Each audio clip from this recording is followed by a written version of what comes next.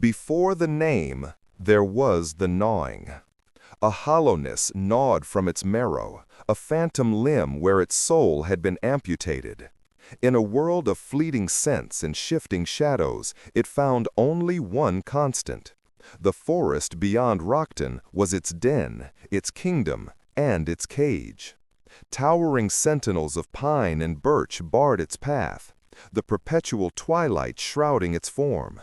Moonlight, a thing of gentle silver and soft edges, did not trespass here.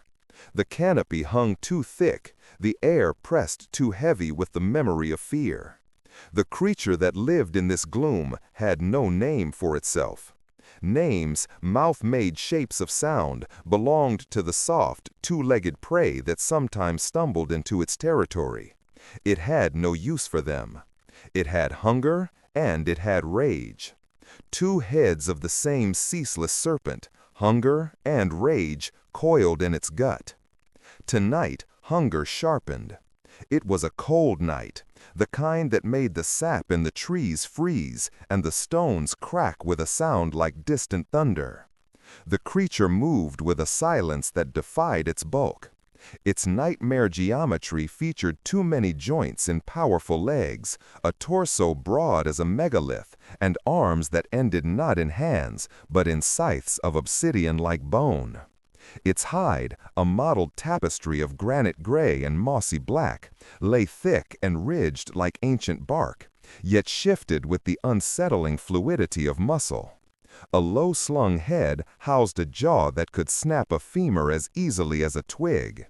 Two tusks jutted from this jaw, one a pristine curved spear of ivory, the other a shattered stump, a jagged ruin that whistled a low, mournful note when the wind caught it just right.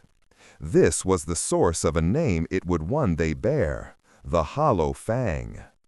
Ember eyes glowed with a dull internal heat, perceiving the world not in colors, but in temperatures, in auras of life and fear.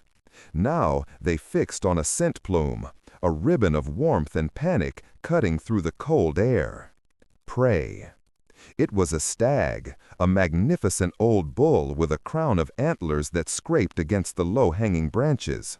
The stag, desperate, fled its usual grazing grounds, pushed by the unnatural chill that had settled over this part of the woods, a chill the creature carried like a cloak. The stag's instinct, deeper than thought, screamed that this was a place of wrongness. The creature did not stalk in the conventional sense. It did not creep or crawl. It flowed through the undergrowth, a river of silent violence. It placed each step with impossible precision. It did not break twigs, it crushed them to powder underfoot. It did not rustle leaves, it displaced the air around them. It moved like a ghost of immense physicality. The stag's head shot up. Its ears swiveled, satellites searching for a signal of doom. It smelled ozone and old blood. It felt a pressure drop in the air, the way the world feels just before lightning strikes. It bolted. The chase began, brutal and brief. The forest, which should have been the stag's ally, became its prison. The creature needed not speed, but a smarter logic that defied intelligence. It mapped the geometry of terror. It did not follow the stag's path, but moved to intercept it, crashing through a thicket of thorns with a sound like splintering ships. The stag, seeing its escape cut off, reared in terror, its magnificent antlers presented as a final, futile defense. The creature met the charge not with its own, but with a lateral, impossibly swift movement. A bone scythe whipped through the air, faster than the eye could follow. It didn't just strike, it sheared. The bone scythe severed the stag's antlers, thick as a man's wrist, at the base. The majestic crown clattered to the forest floor. Before the stag could even register the shock, the creature engulfed it. The great jaw, unhinged with a wet crackle, closed around the stag's neck. A sound like a giant snapping a bundle of dry sticks rent the air, then fell silent. Hunger sated, for a moment. The creature tore into its kill, the sounds of its feeding a wet, percussive rhythm in the dead, quiet woods. But as the physical hunger subsided, the other one, the deeper one, began to stir. The rage. It was a fire banked by the kill, not extinguished. It simmered behind the ember eyes, a furious energy with nowhere to go. The creature had no memory of a time before the rage. It formed the bedrock of its existence. Flashes seared its mind like lightning in a storm-racked sky, yet they were not memories. Instead, they were sensory shrapnel, the scent of sterile corridors, the blinding pain of a needle, the hum of machinery that vibrated in its very bones, the taste of copper and betrayal. A voice screaming a word over and over, a word that felt like a brand on a soul it no longer possessed. These flashes fueled the rage. They irritated, splinters under the hide of its consciousness. And when the rage grew too strong, it would vent. It would level acres of forest, snapping ancient trees like matchsticks. It would score the faces of granite cliffs with its claws, leaving gouges deep enough to swallow a man. It would roar, a sound that was not animal but geological, a howl of tectonic plates grinding together, a sound that made the people of Rockton bolt their doors and pray to gods they barely believed in. They called it the Rockton Growler, the shadow of the ridge, the beast. They told stories to frighten their children, never knowing the true horror was not that it was a monster, but that it was a prison. Finishing its meal, the creature rose. Rage built again, a pressure behind its eyes. It needed to break something, to shatter the unyielding silence. It threw its head back, the hollow Fang whistling its broken note, and prepared to unleash its fury upon the unfeeling world. But this time, a new scent cut through the night. Neither the scent of prey nor forest. It was something else entirely. Calm, controlled. It smelled of ozone, like the creature itself, but also of antiseptic, oiled metal, and something strangely organic, like rain on hot asphalt. The creature lowered its head, the roar dying in its throat, replaced by a low, guttural growl. Its ember eyes scanned the oppressive darkness. Something different approached. And for the first time in an existence defined by instinct, the creature felt a flicker of something other than hunger or rage. A cold, sharp splinter of an emotion it had no name for pricked it. Curiosity. They slid through the forest like whispers made solid. 3 figures clad in matte black tactical gear that absorbed the faint starlight filtering through the canopy. They wore no insignias, no flags. Their only identifying mark was a subtle hexagonal pattern woven into the fabric of their armor. A pattern that seemed to shimmer and shift out of the corner of one's eye. "Status, Kael," the lead figure said, her voice a low, clear signal in their encrypted comms. Her call sign was Elara.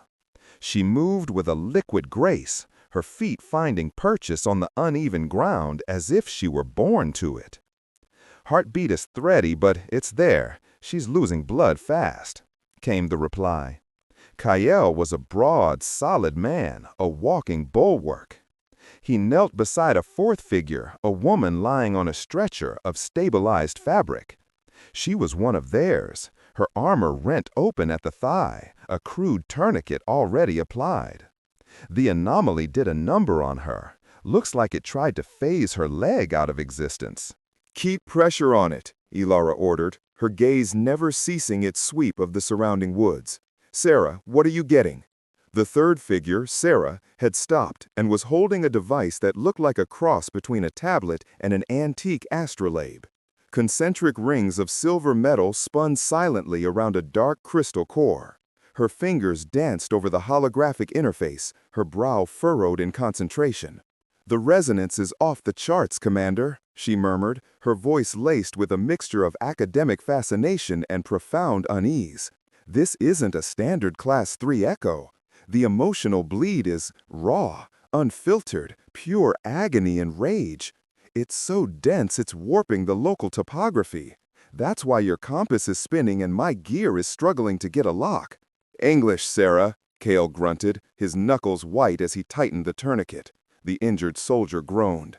"The monster," Sarah said, looking up, her eyes wide behind her glasses. "It's not just a creature that wandered through a breach. I think it is a breach. A mobile, self-sustaining, paradoxical event. A walking tear in the veil." The veil, that was what they called it. The liminal space between realities. A dimension of pure potential, raw emotion, and forgotten physics. Most of humanity lived their entire lives blissfully unaware of it. But sometimes the veil tore. It bled, and things came through. The Veilborn were the surgeons, the soldiers, and the scientists tasked with stitching the world back together. "So we're not hunting a dog," Cale said grimly. "We're hunting a hurricane with teeth." "Precisely," Sarah confirmed. "And it's close. The epicenter of the disturbance is just over that ridge. Whatever it is, it just made a kill.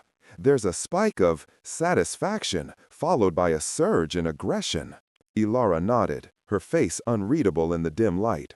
She was the commander of this small response team, but she was more than that. She was a weaver. Her sensitivity to the veil differed from Sarah's analytical approach and Cale's combative one. She could feel the emotional threads of a place, of a person, of a creature. She could, with immense concentration, soothe them, or pull them until they snapped. Right now, a cacophony of psychic noise filled the air, a scream that had been going on for years. "All right," she said, her voice cutting through the tension. "New plan. Cale, you get Anya back to the evac point. The Harbinger is on station 5 clicks south. Go fast, go quiet. Don't engage anything." "And you two?" Kyle asked, his eyes narrowing. "You're not going after that thing alone." "Sarah and I are going to observe," Elara said, her tone leaving no room for argument. "This isn't a simple containment op anymore. If what Sarah says is true, putting a bullet in it might be like trying to shoot a ghost. It could destabilize, detonate. We need to understand what we're dealing with. Commander, that's suicide." "It's the job, Warden," Elara replied, using his formal Veilborn title. "Now move." Kyle hesitated, his jaw tight with insubordination, but the look in Elara's eyes was like forged steel. He gave a curt nod. With a grunt, he hoisted the stretcher, its anti-grav emitters whining softly as they took most of the weight. He melted back into the woods, a shadow carrying a broken comrade. Elara turned to Sarah. "Give me the rundown. What are we looking at?" Sarah adjusted her glasses, her professional focus overriding her fear. "Based on the resonance signature and the local legends, I'm cross-referencing with the archives now. It fits the profile of a malformed echo. Someone or something was subjected to extreme trauma in close proximity to an unstable veil conflux. The event didn't just kill them, it imprinted them onto reality, trapping them in a feedback loop of their final moments. They become a physical manifestation of their own suffering. So it's in pain," Elara said softly, more to herself than to Sarah. She could feel it now, a constant, grinding agony beneath the volcanic rage. It was the sound of a man screaming inside a locked room, a sound no one else could hear. "Infinite pain," Sarah corrected, "and it has been for a very, very long time. Commander, the protocols for a malformed echo are clear. Orbital kinetic strike. Erase the area from the map. There is no reasoning with a phenomenon like this. Protocols are written for things we understand, Sarah," Elara said, her hand resting on the hilt of the sidearm holstered at her hip. It wasn't a standard firearm. Its casing was inlaid with the same silvery shifting metal as Sarah's device. It didn't fire bullets, but focused bursts of null energy designed to temporarily sever a target's connection to the veil. Let's get a look at it first. They moved forward, cresting the ridge with the fluid silence of predators. Below them, in a small clearing bathed in the faint, oppressive gloom, they saw it. The sight stole the air from their lungs. It was larger than the report suggested, a hulking silhouette of jagged angles and impossible mass. It stood over the carcass of a great stag, its form so black it seemed to drink the light around it. As they watched, it threw its head back, and a low whistling sound echoed through the clearing, the sound of the broken tusk. Sarah gasped, tapping frantically at her console. My God, the energy readings! It's venting raw veil energy into the atmosphere. That's what's causing the unnatural cold. Commander, its biological signs are human. Twisted, corrupted beyond recognition, but the baseline DNA marker is Homo sapiens. Elara didn't need the scanner to know that. She could feel it. Beneath the layers of monstrous rage, beneath the crushing weight of years of solitude and pain, there was a flicker, a tiny, terrified spark of humanity, buried so deep it neared extinction. The creature's head snapped in their direction. The two glowing embers that were its eyes locked onto their position with terrifying accuracy. It neither saw nor heard them. It had felt them. A low growl, like grinding stones, vibrated through the ground, a physical force they could feel in their bones. It's seen us, Sarah whispered, her hand instinctively going to her own null pistol. Commander, we need to fall back, now. But Elara didn't move. She remained at the edge of the ridge, her eyes fixed on the beast. She was a weaver, and she was looking at the most tangled, knotted, and broken thread she had ever encountered. The protocol said to cut it. Her every instinct, every fiber of her being, screamed at her to do the one thing the rulebook never accounted for: to try and untangle it. Hold your ground, Archivist, Elara said, her voice calm and steady, a strange counterpoint to the thrumming menace below. Don't make any sudden moves, and whatever you do, do not raise your weapon. The creature took a step forward, then another. The ground trembled. The air grew thick with a pressure that felt like it could crack ribs. The rage it projected hit them as a physical wave of heat, a psychic inferno. It was preparing to charge, to annihilate the intruders in its sanctuary of misery. And Elara, the commander of Veilborn Unit Sigma 7, did the bravest and most foolish thing of her life. She took a step out from behind the cover of the rocks into the full, horrifying view of the monster. She slowly, deliberately raised an empty hand. The world of the beast was simple. Intruder meant threat. Threat meant destruction. The two small, warm shapes on the ridge were an aberration, a dissonance in the symphony of its suffering. Their scent was wrong, their presence an intrusion. The rage, always simmering, boiled over. Its powerful legs coiled, muscles like braided steel cables bunching in preparation to launch its immense weight up the ridge. The ground cracked under its feet. The low growl escalated into a chuffing, roaring prelude to violence. Its focus narrowed to the single figure that had dared to step into the open. This one was small, fragile, yet its scent was strange. It didn't smell of the sharp, acrid tang of fear like the other prey. It smelled of calm, of focus. It smelled like the silence between streams. The dissonance infuriated it. It would be an easy kill, a single swipe, a satisfying crunch, a brief respite from the gnawing within. It charged. The explosion of motion was terrifying. It devoured the 50 yards to the base of the ridge in less than 3 seconds, a blur of shadow and malice. It did not avoid trees in its path. It obliterated them, splintering them into matchwood by its heedless momentum. The sound crashed like an avalanche, like a building collapsing. Sarah screamed, a raw burst of terror she couldn't contain. She raised her null pistol, her training screaming at her to fire, to put a wall of energy between her commander and the charging apocalypse. "Hold!" Elara's voice cut through the chaos, not a shout, but a command of pure, unshakable will. It froze Sarah's finger on the trigger. The beast was 10 yards away. Elara could feel the heat radiating from its hide, smell the scent of old blood and ozone, see the baleful fire in its eyes. The rage it projected was a physical force, battering against her mental shields. It felt like standing in front of a blast furnace. Any other Veilborn would have been overwhelmed, their minds shattered by the psychic onslaught. But Elara was a weaver. She did not resist the wave of rage. To resist was to be broken. Instead, she opened herself to it.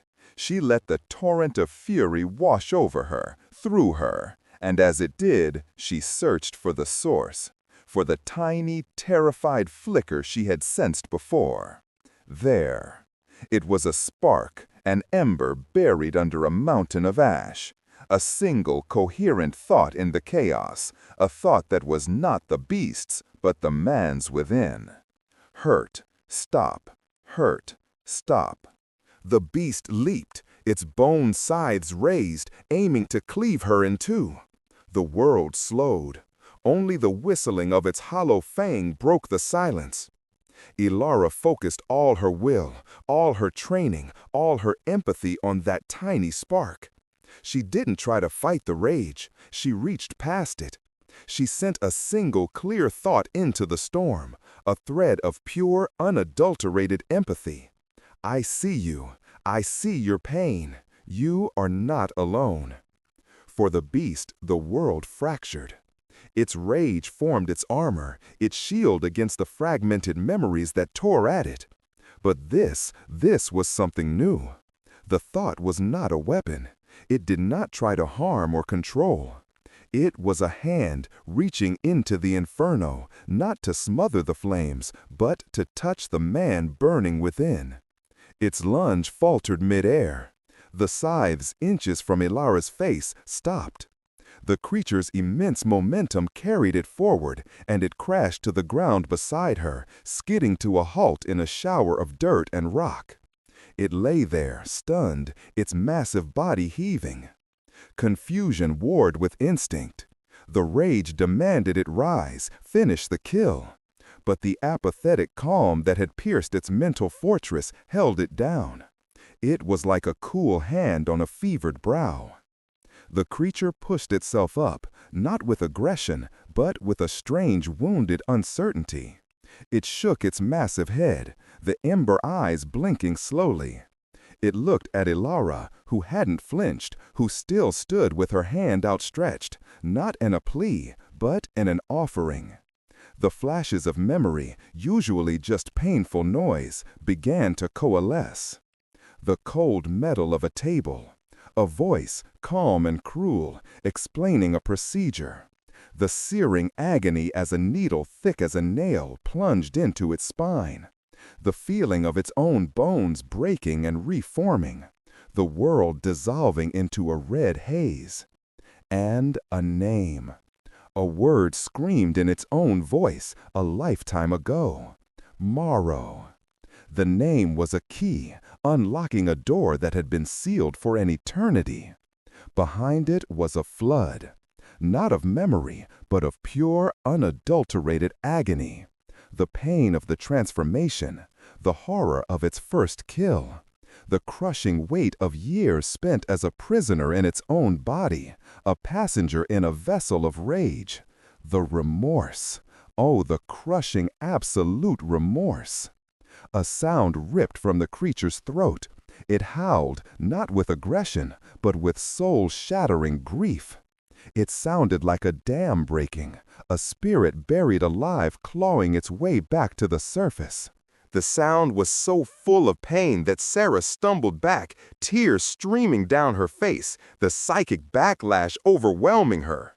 Elara gritted her teeth, a line of blood trickling from her nose, but held her ground. The creature staggered, its powerful form trembling. It took a step back, then another. It looked at its own claws, the instruments of so much destruction, as if seeing them for the first time. The ember in its eyes flickered, and for a split second, a different light shone through. Not of a beast, but of a man. A man drowning in a sea of his own making. It collapsed, not like a felled tree, but like a puppet with its strings cut. The massive, monstrous form fell to the earth with a ground-shaking thud. The air, which had been thick with pressure and rage, suddenly cleared. The unnatural cold began to recede. The forest seemed to take its first clean breath in years. As Elara and a stunned Sarah watched, a horrifying and miraculous transformation unfolded. The granite-like hide seemed to soften, to shrink. The obsidian sides retracted, receding into flesh. The monstrous musculature dissolved, the frame constricting with a series of sickening cracks and pops. The gray-black skin paled, the form shifting, losing its nightmarish geometry, becoming something smaller, softer, more vulnerable. In minutes, where the monster had been, lay a man. He was naked, curled in the fetal position on the cold earth. His body was a roadmap of scars, old and new, layered over a frame that was gaunt yet powerfully built. His hair was a matted, tangled mess of black. He was unconscious, his breathing shallow. The only remnant of the beast was the broken tusk, which now protruded from his mouth as a single malformed canine tooth, a jagged shard of ivory against his pale lip. Sarah slowly lowered her weapon, her face a mask of disbelief. "Commander, what did you do?" Elara knelt beside the man, pulling a thermal blanket from her pack and draping it over his shivering form. Her hand was steady, but her heart was hammering against her ribs. She looked at the man's face, which was contorted in a mask of pain even in unconsciousness. She had plucked a soul from hell. She had no idea if it was intact. "I didn't raise a blade," she said softly, her voice hoarse. She gently brushed a stray lock of hair from his forehead. "I reached out a hand." She looked up at the moon, which was just beginning to find a crack in the heavy canopy, its silver light finally daring to touch the forest floor. "His name," she said, the word feeling both foreign and profoundly important on her tongue, "is Maro." Maro's first awareness was white. Not the clean, bright white of snow, but a flat, sterile, featureless white that filled his vision. It was accompanied by a low, steady beep that seemed to be coming from inside his own head. He tried to move, but his limbs felt like lead, disconnected from his will. Panic, a cold and familiar snake, uncoiled in his gut. He was trapped, restrained. The flashes came again, unbidden. The metal table, the straps, the calm, cruel voice. He bucked, a surge of adrenaline flooding his system. A guttural sound, half growl, half scream, tore from his throat. The beeping beside him escalated into a frantic, high-pitched alarm.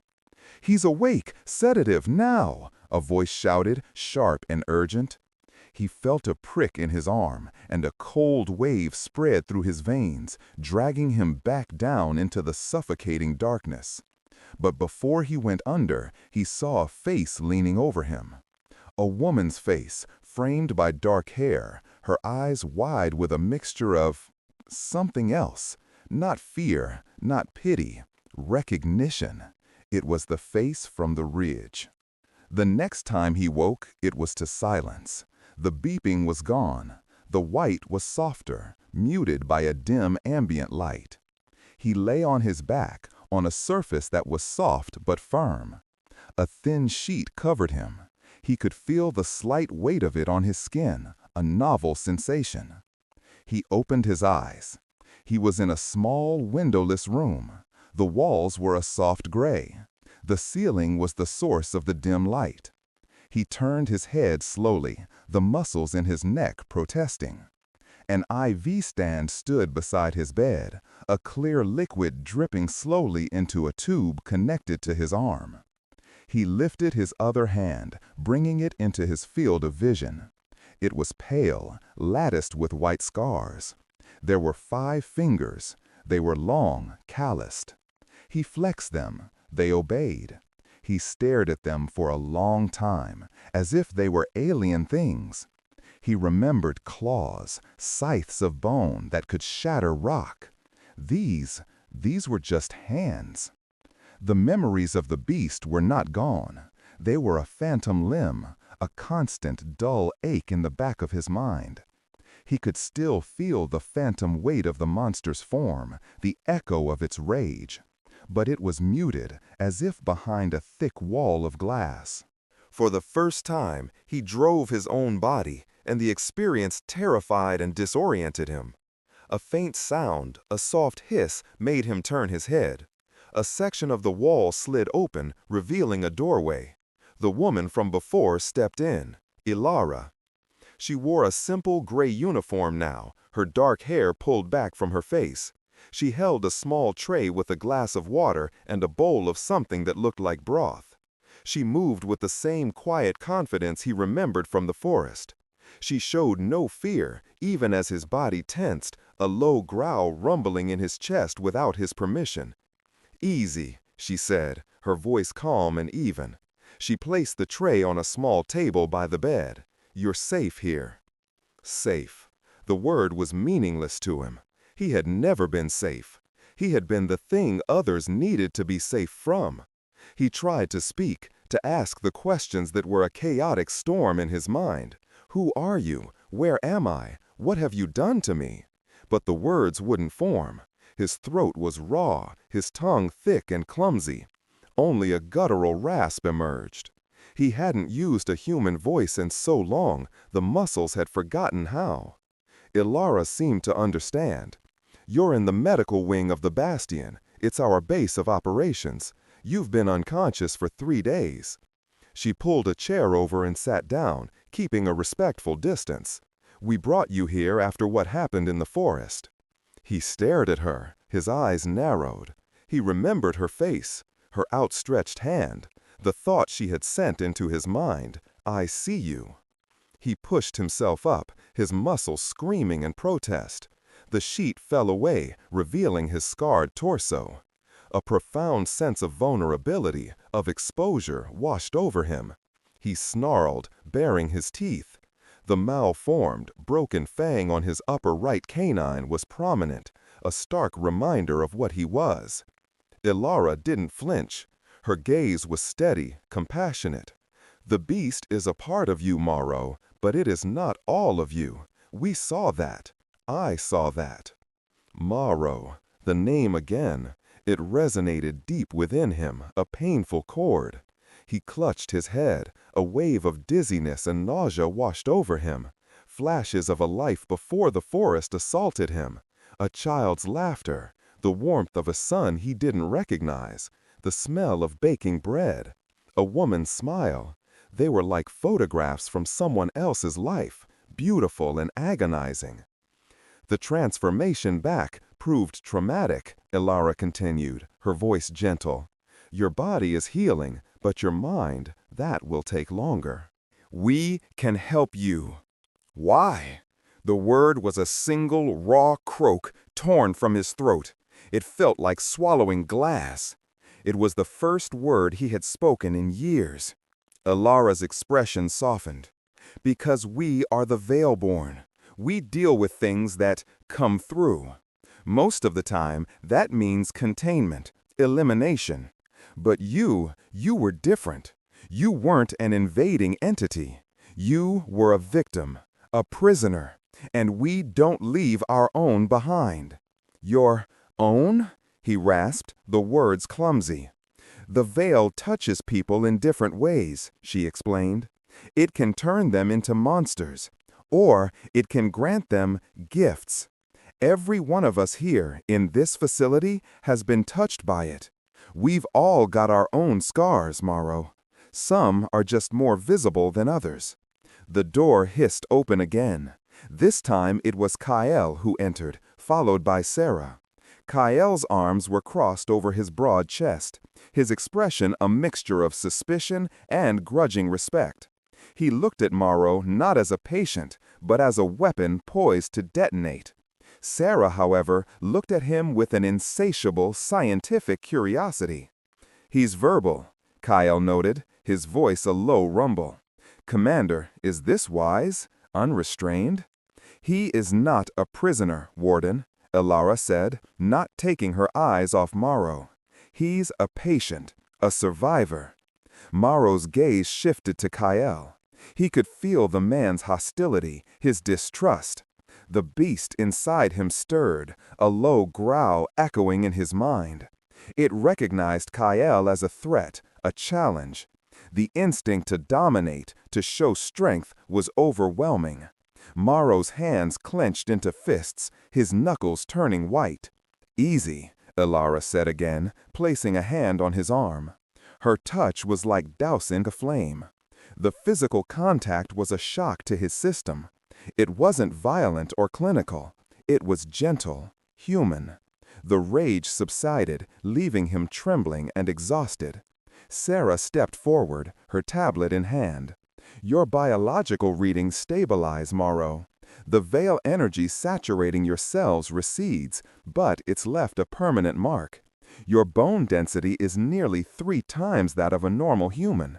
Your cellular regeneration is astonishing. Physically, you're a miracle. Psychologically," she trailed off, looking at him with a clinical sympathy. "You're broken," Kyle finished bluntly, "like a sword shattered and poorly reforged. The question is, are you still a weapon? And who are you pointed at?" The question hung in the air, thick and heavy. Maro looked down at his scarred hands. A weapon, a monster, a shield.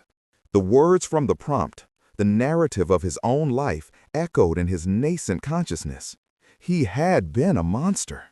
He remembered the fear in the eyes of the stag, the terror of the lost hikers he had chased away from his territory. The remorse was a physical weight threatening to crush him. He looked back at Elara, at her calm, expecting eyes. She had offered him a choice in that forest, not just to live, but to be something else. He began, his voice still a rough whisper. I don't want to hurt anyone anymore." The confession was a sliver of his soul, offered up to these strangers. Kale's expression didn't change, but Sarah softened. Elara simply nodded, as if this was the only answer she had ever expected. "Good," she said. "That's the first step. The next one is learning how. It won't be easy. The beast is still in there. The rage is its native tongue. You'll have to learn a new language, Maro. A language of control, of purpose." She stood up. "Rest. Get your strength back. Your training begins tomorrow." As they left, Maro was alone again in the silent gray room. But it was a different kind of silence now. It wasn't the lonely, oppressive silence of the forest. It was a quiet space, a canvas. For the first time, he felt a flicker of something that was not rage, or hunger, or pain, or remorse. It was a fragile, unfamiliar seedling, pushing its way through the cracked earth of his soul. Hope. He picked up the glass of water. His hand trembled, but he brought it to his lips. The cool liquid was the most real thing he had ever tasted. He drank it down, every drop a promise. Tomorrow, he would learn to be a man. The training was a brutal rebirth. The bastion was a world unto itself, a subterranean labyrinth of polished concrete, humming server farms, advanced medical bays, and cavernous training halls. It was a place built to exist in secret, a fortress against a reality that most of the world refused to see. For Maro, it was a crucible. His days began before the facility simulated dawn, in a large, padded gymnasium Kale called the Grinder. His body, though miraculous in its healing, was a foreign country. He had the muscle memory of a 400-kilogram creature of destruction, but the frame of an 80-kilo man. The disconnect was jarring. In the first week, he broke everything he touched. A reinforced steel dumbbell crumpled in his grip like a soda can. A pull-up bar was torn from its concrete moorings. A simple sparring session with a training drone ended with the drone being reduced to a pile of sparking scrap metal. "Control, Maro, control!" Kakel would bark, his voice echoing in the vast room. He was Maro's primary physical trainer, a role he accepted with undisguised reluctance. "Your strength is useless if you can't dial it down. You're not trying to shatter mountains anymore. You're trying to hold a goddamn teacup." For Maro, it was like learning to breathe again. The beast's solution to every problem was overwhelming force. He had to unlearn that instinct. He had to learn the difference between the strength needed to stop a charging vehicle and the strength needed to open a door. Every day was a study in frustration. He would see the other Veilborn training, moving with a deadly practiced grace. They were warriors, a seamless blend of soldier and something more.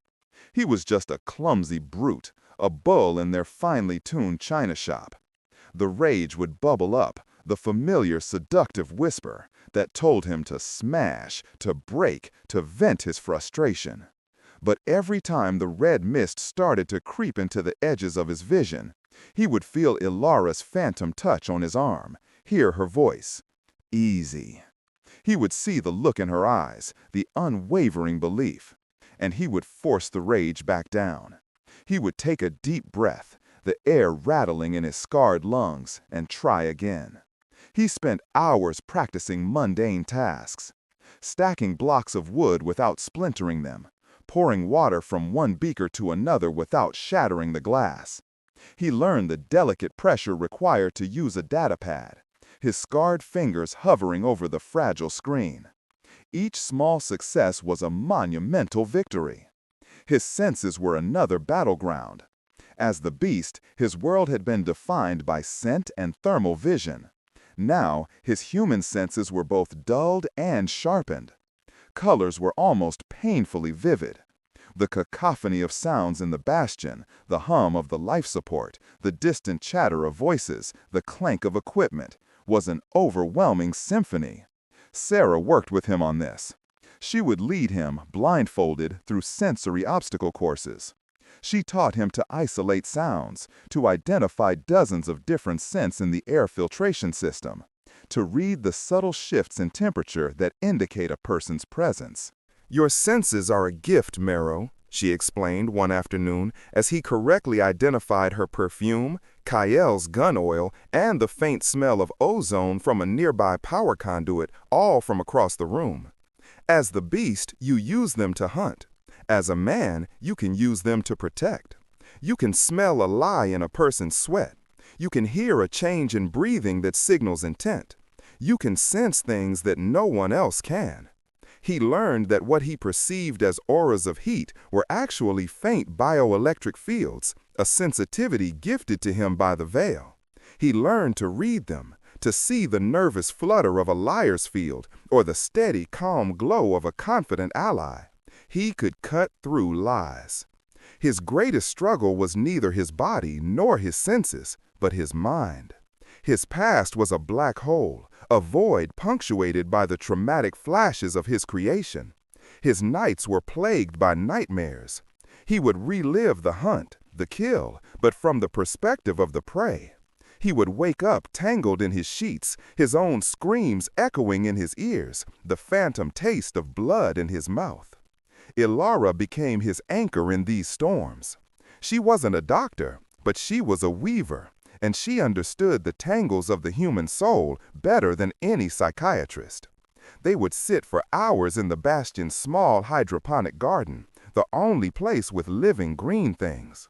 She didn't press him for details he couldn't give. Instead, she taught him to meditate, to find the quiet center within himself, the eye of the hurricane of his rage. "The beast is not your enemy, Maro," she told him, her voice a calm melody against the hum of the grow lights. It's a part of you. It is your pain given form. You cannot kill it. You cannot cast it out.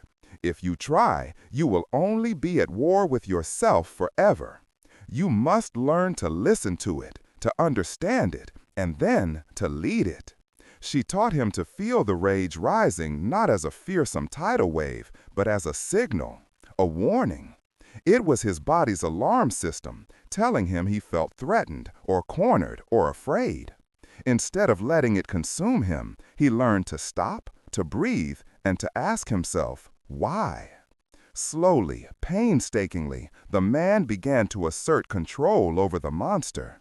His speech improved.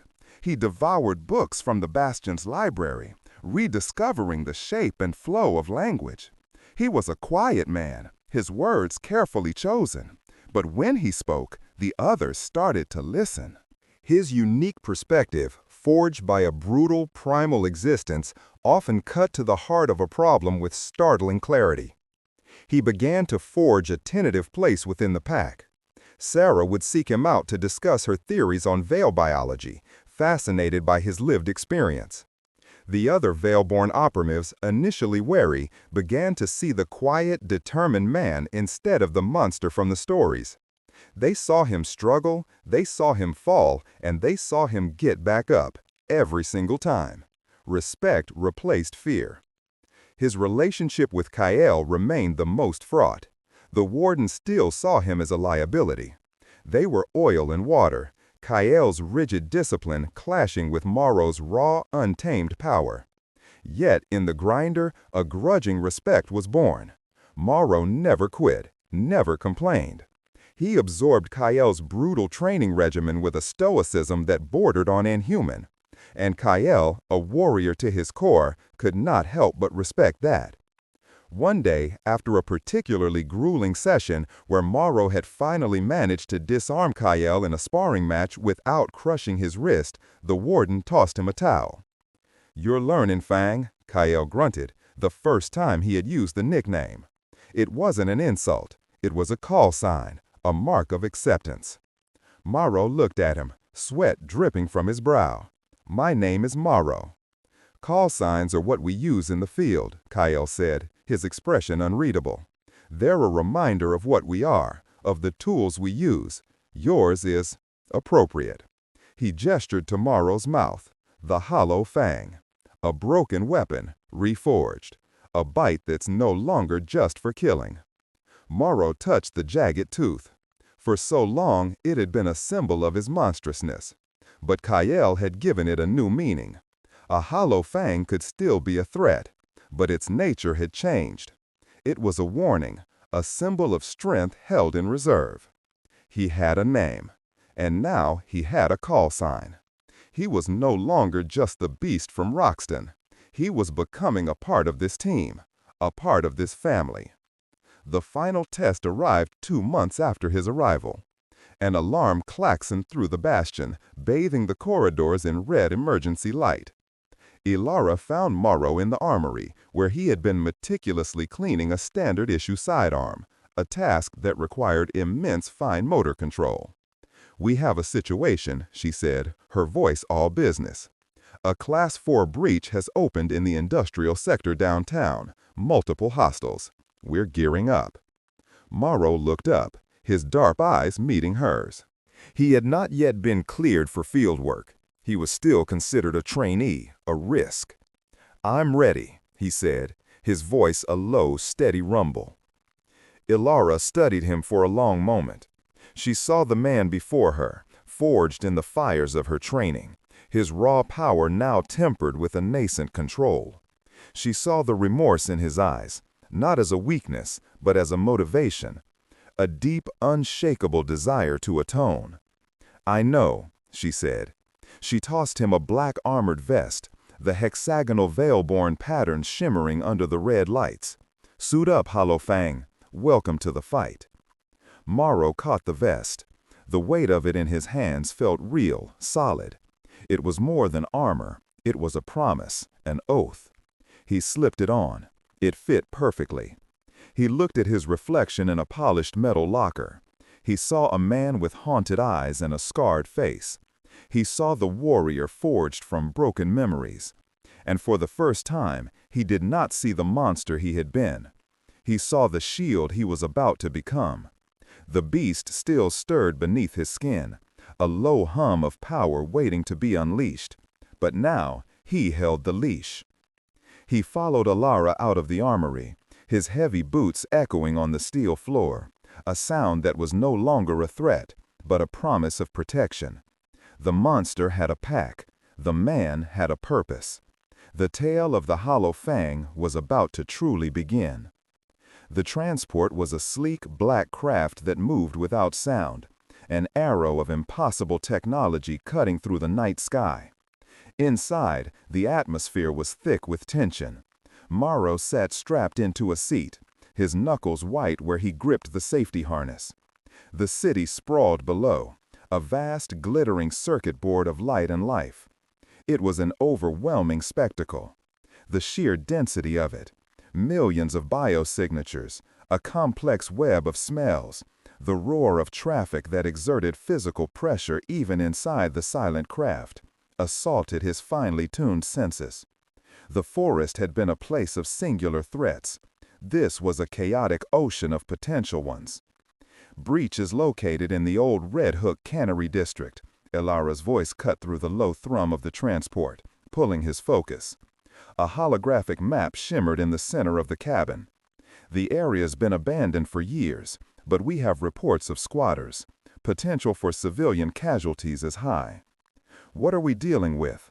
Kale asked, checking the charge on a heavy pulse rifle. "Scuttlers," Sarah answered, her eyes scanning streams of data on a wrist-mounted console. Class 4 incursives, insectoid, hive-minded. They phase shift in short, unpredictable bursts, making them difficult to track and target. They hunt via sound and vibration. Their carapaces are resistant to standard kinetic rounds, but vulnerable to focused energy and sonic frequencies. She glanced at Maro. They communicate through a high-frequency shriek that can cause disorientation and neural damage in unprotected humans. Maro felt a low growl build in his chest. Hunters, pack, territory. The beast's instincts were simple, clear. His own jostled, a chaotic jumble of fear and grim determination. He was not the apex predator here. He was part of a team, and his role was uncertain. "Hollow Fang," Elara said, her gaze pinning him. "You're with me. Your senses are our early warning system. Tell me what you feel, what you hear. No heroics. You follow my lead. Understood?"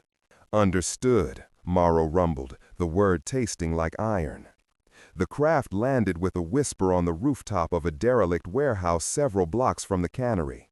The air that hit them was cold and smelled of rust, stagnant water, and something else, a sharp, metallic tang, like ozone and burnt sugar, that Maro knew instinctively was the scent of the Veil.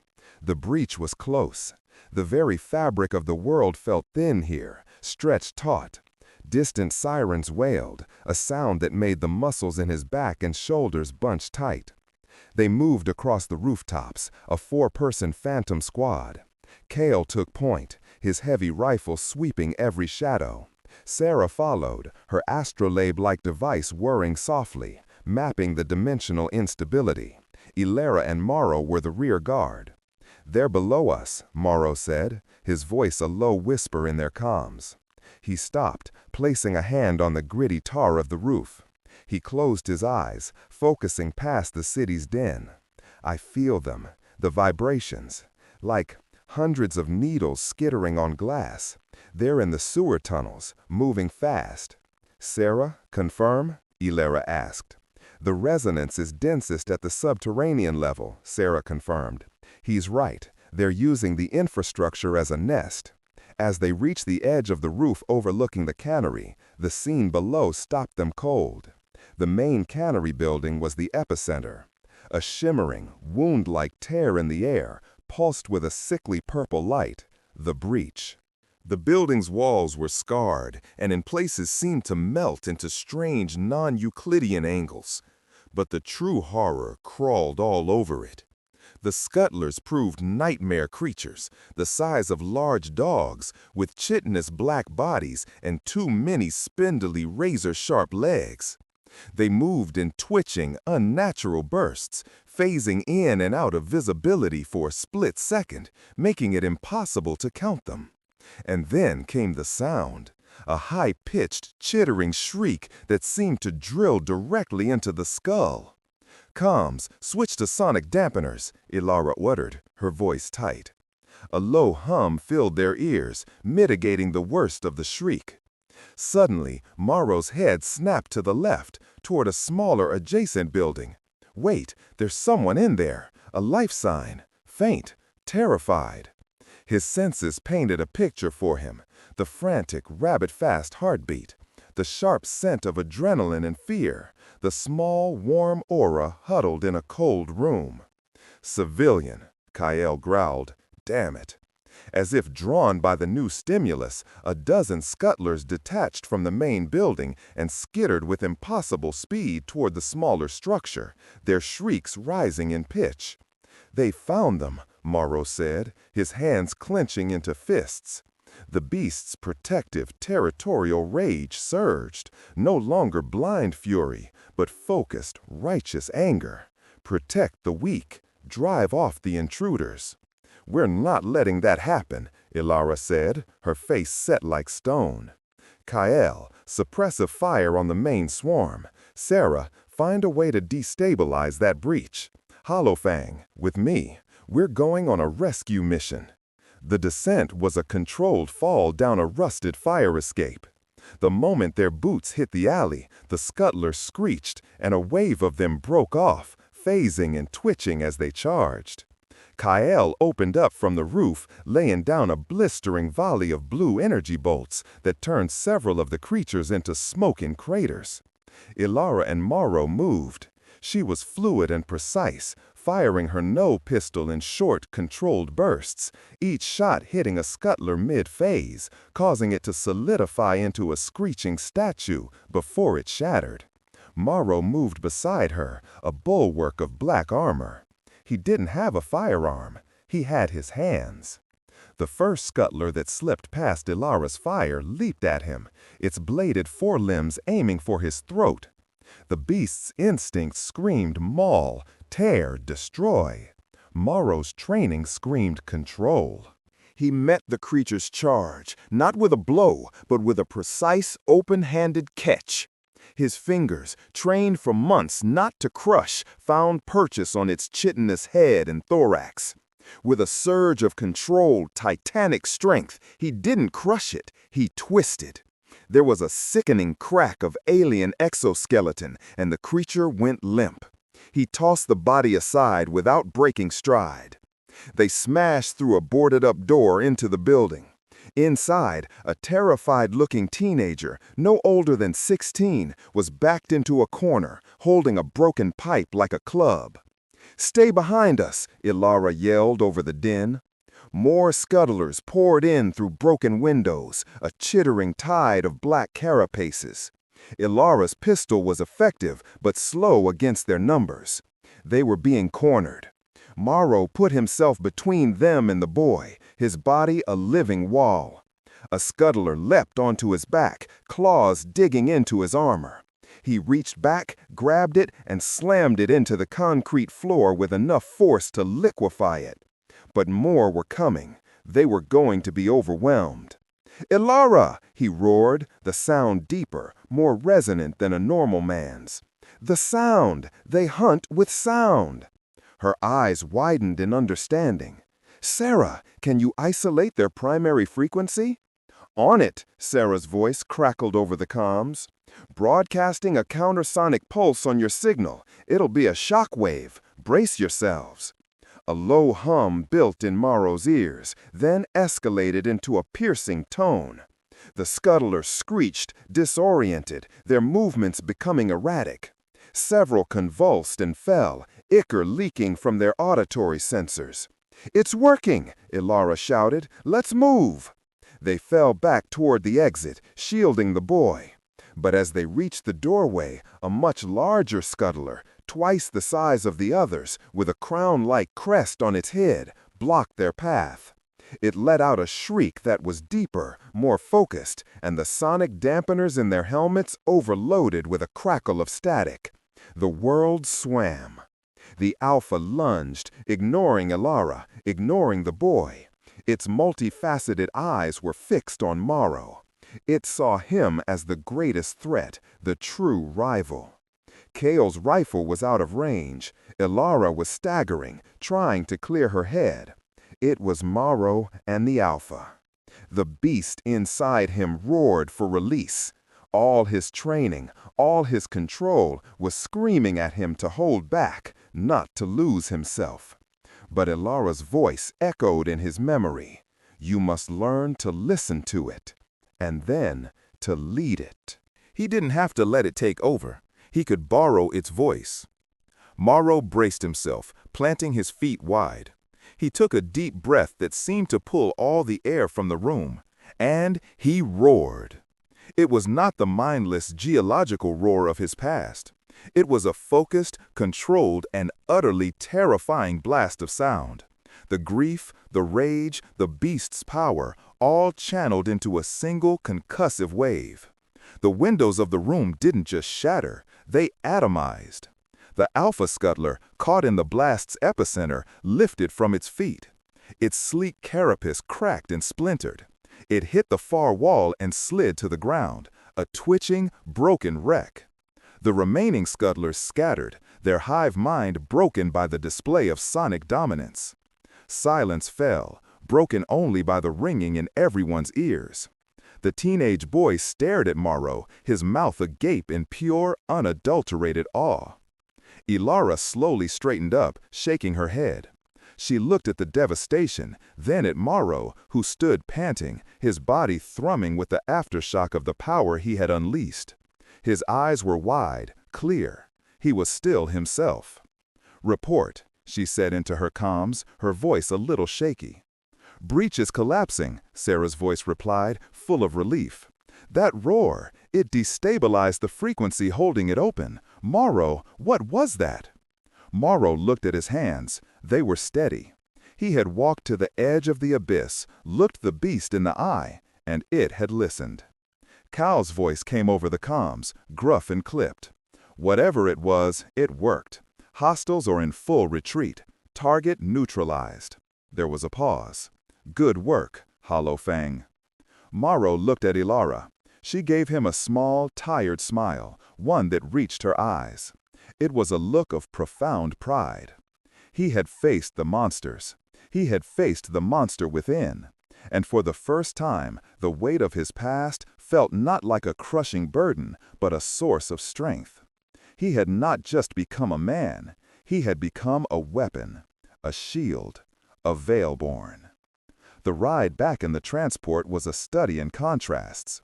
Outside, the city lights blurred into streaks of gold and silver, a silent, indifferent river of humanity.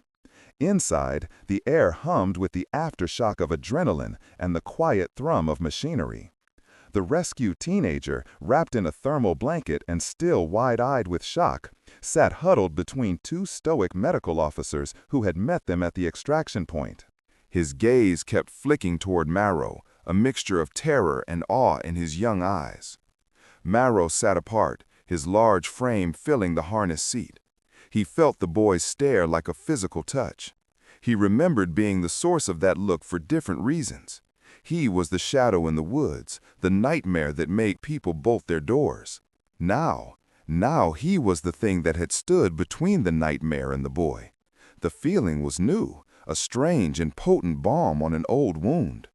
He flexed his hands, still feeling the phantom sensation of the scutterless carapace cracking beneath his fingers. He had killed, but it was not the frenzied, hungry slaughter of the forest. It was controlled. It was for a reason. It was a choice. Kale sat across from him, cleaning his pulse rifle with methodical, efficient movements. He didn't look at Maro, but the rigid line of his shoulders had relaxed. The open hostility was gone, replaced by a neutral, professional appraisal. It was, from Kale, the highest of compliments. Elara came and sat in the empty seat beside Maro. She didn't speak for a long moment, simply watching the city lights with him. "The boy's name is Leo," she said softly, her voice barely audible over the hum of the craft. "He ran away from a foster home 2 days ago. He was just looking for a place to sleep." Maro said nothing, his throat tight. A boy, alone and afraid, had stumbled into the territory of monsters. The parallel was not lost on him. "When we get back," Elara continued, turning to look at him, her gaze direct, "you'll be officially assigned to Sigma-7, full operational status." She saw the flicker of uncertainty in his eyes. "You earned it tonight, Maro. You faced the storm, and you held the line. You led the beast." "I just shouted," he rumbled, the words feeling inadequate. "No," she corrected, a faint smile touching her lips. "You spoke. You spoke a language they understood. That is a gift, not a curse. Don't ever forget that." The debriefing took place in the Bastion's command center, a circular chamber dominated by a large holographic table. A stern-faced man with silver hair and the severe uniform of a Veilborn director appeared as a shimmering blue projection in the center. Director Valerius. "A Class 4 incursion with 0 civilian casualties and only minor injuries to 1 operative is an exemplary result, Commander," Valerius said, his voice a clipped, authoritative baritone. He glanced at the data stream scrolling beside his image. "However, the nature of this breach is troubling." Sarah stepped forward. "Director, the scuttlers were a symptom. The breach itself showed signs of artificial stabilization. Its energy signature had a resonance, a pattern. It wasn't a random tear. It was focused, almost aimed." Valerius's expression hardened. "Aimed at what?" "We don't know, but the frequency of the resonance." Sarah hesitated, then brought up a complex waveform on the display. It was a jagged, angry-looking pattern of light. "I've cross-referenced it with every known energy signature in our archives. There's only one match, a heavily redacted file from a black site project over a decade ago, Project Chimera." At the name, a jolt went through Maro. It was like lightning striking his spine. The sterile white room from his nightmares flashed behind his eyes, sharper than ever before. He could smell the antiseptic, feel the cold metal, and hear the voice, that calm, cruel voice. "The chimerization process is nearly complete. Subject's cellular structure is accepting the veil graft. The agony is a regrettable but necessary catalyst." Maro staggered, his hand flying to his head as a lance of pain shot through his skull. He let out a low, guttural groan. "Maro!" Elara was at his side instantly, her hand on his shoulder. "What is this?" Valerius demanded, his holographic eyes narrowing on Maro. "What is Project Chimera?" The waveform pulsed on the screen, and Maro saw it not as data, but as a feeling, a signature. He knew it intimately. It was the hum of the machinery that had unmade him, the sound that had vibrated in his very bones as he was torn apart and rebuilt into something new. "It's me," he rasped, his voice raw with a dawning, sickening horror. "That energy, they used it to make me." A stunned silence fell over the command center. Cal stared at Maro, his newfound respect warring with old suspicion. Sarah's face was a mask of horrified fascination. Elara's grip on his shoulder tightened. "Maro, what do you remember?" "A laboratory." He forced the words out, the memories like shards of glass in his mind. "They called me a subject, a graft. They broke the veil on purpose, poured it into me. They wanted to make a weapon, a living breach." Director Valerius's face was grim. Project Chimera was officially decommissioned. All assets were reported neutralized. The lead scientist, Dr. Aris Thorne, was reported killed in the facility's containment failure. "He wasn't," Maro said, the name Thorne tasting like ash and betrayal in his mouth. He remembered that name. It was the calm, cruel voice from his nightmares. His work wasn't destroyed. It's still out there. And this breach, it's his signature. He's looking for me. Or he's making more. The implication hung in the air, cold and terrifying. The monster of Rockton wasn't an accident. He was a prototype. And his creator was not only still alive, but was actively tearing holes in reality. The fight wasn't over. It had just begun. The director's holographic form remained unnervingly still, his eyes fixed on Maro with an intensity that felt like a physical weight. The silence in the command center stretched, thick and suffocating. "Explain." Valerius's voice was cold, devoid of sympathy. It was the voice of a man who dealt in facts and threats, not pain and trauma. "Everything you remember. Now." Maro flinched, the memories a chaotic, razor-edged storm. I can't. It's fragments, pain, the hum, always the hum. And his voice. He looked at the waveform on the screen, a visible representation of his own torment. He wanted to see if a human soul could be used as a stable matrix for a veil conflux. He called it forced evolution. "He turned a man into a living weapon," Elara interjected, her voice sharp as she stepped slightly in front of Maro, a subtle act of shielding. "Into a cage for a monster. And that weapon has been in agony for years. That weapon is now the only living link to a rogue scientist capable of targeted, weaponized breaches," Valerius countered, his gaze unwavering. "His personal history is secondary to the operational threat Thorne represents. He is not an asset, Director." Elara's tone was dangerously firm. "He is a soldier of this unit, my unit." Valerius's eyes shifted to Elara, a silent battle of wills passing between them. Finally, he gave a curt nod. "Very well, Commander. Then your soldier has a new mission objective." His gaze returned to Maro. "Thorne is hunting you, or he's testing his methods. Either way, you are now the bait and the bloodhound. We will use your connection to him." "How?" Kale asked, stepping forward. His earlier acceptance of Maro was now overlaid with a grim tactical focus. If Thorne made him, he knows his weaknesses. And he's a walking, talking tracking beacon, Director. Bringing him into the field could be leading the enemy right to us. "A valid concern, Warden," Valerius conceded. "But one we must risk. Thorne has been a ghost for a decade. Now he's surfaced. We cannot allow him to build an army of these things." The director gestured toward Maro without looking at him. Sarah, who had been frantically working at her console, finally looked up. "Director, the Project Chimera archives are sealed under a black cipher protocol. I can't even confirm their physical location without your direct authorization. It would take a key, 3 in fact. One from you, one from Head of Archives, and one from the Warden of the First Bastion." "Consider it authorized," Valerius said without hesitation. "I will handle the other keys. I want every piece of data you can find on Thorne. His methods, his associates, his last known location. I want to know what he had for breakfast the day he disappeared." His hologram flickered. "Commander Elara, your team is now the tip of the spear in this operation. Find Thorne, contain his work, and eliminate him." Valerius out. The director's image vanished, leaving the team alone in the sudden quiet of the command center. The weight of the new mission settled on them all. They weren't just closing random tears anymore.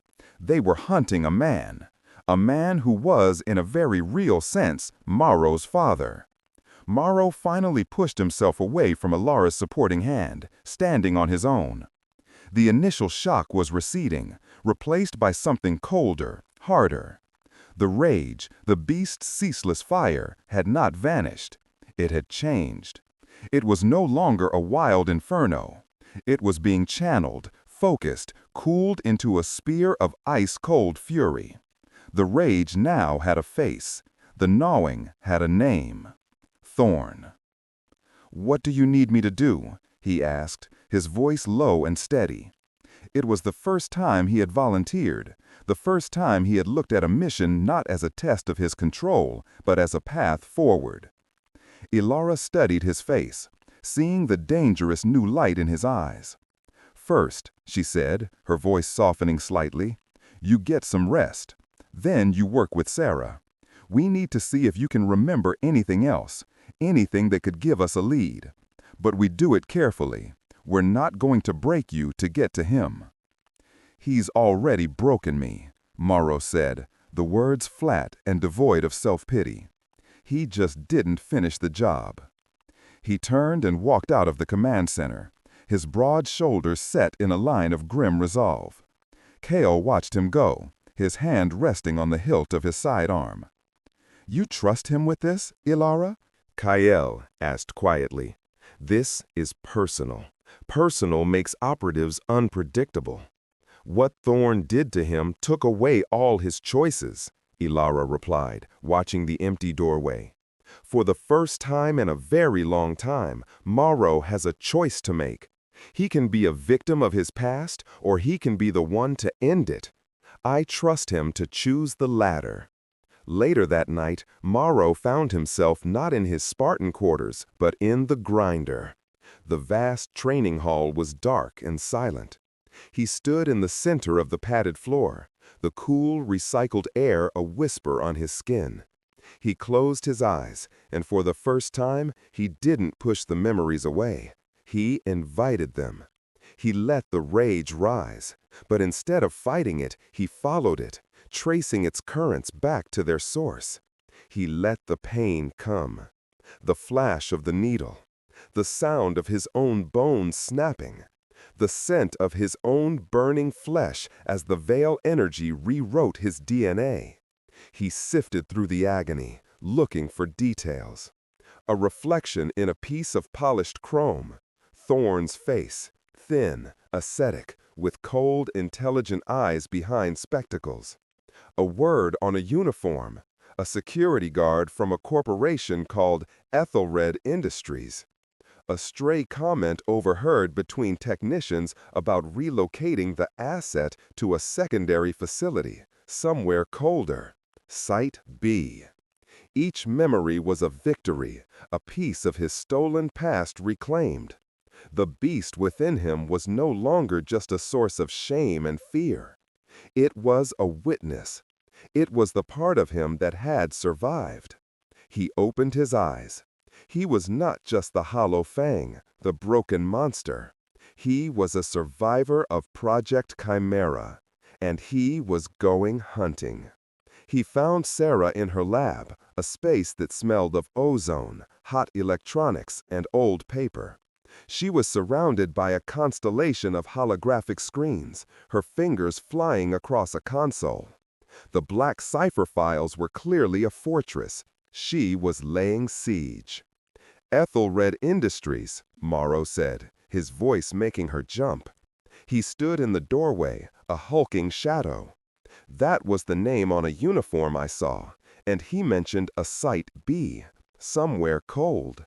Sarah froze, her eyes wide. She spun in her chair, and with a few keystrokes, a new screen blinked to life. It displayed a complex corporate hierarchy chart. "Say that again." "Ethelred Industries," he repeated, stepping into the light. Sarah's finger traced a line on the screen. "I've been digging through the financial shell companies that funded the black sites. Ethelred was one of them. Dissolved 10 years ago. All assets liquidated or transferred to dummy corps. But look, she highlighted a series of transactions. Massive logistical expenditures, all routed through Ethelred for a facility in the Svalbard archipelago. A geological research outpost officially. Internally, it was designated Subarctic Biocontainment Facility B. Site B, somewhere cold. The pieces clicked into place with a chilling resonance. Thorne's face, Maro continued, the image burning in his mind's eye. Thin, wore glasses. He had a scar, a thin white line through his left eyebrow. Sarah typed furiously. A grainy 10-year-old security photo appeared on the screen. It was the man, Dr. Aris Thorne. The scar was faint but visible. Maro, your memories are filling in the blanks the official record was designed to hide. This is our key.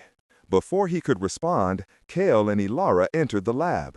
Elara's eyes went from Sarah's screen to Maro's face, reading the grim success there. "You found something," she stated. "More than something," Sarah said, her usual academic calm replaced with a feverish excitement. "We have a location, Svalbard, Site B. And we have confirmation that Ethelred Industries was the corporate front for Project Chimera. Maro's memories are a primary source."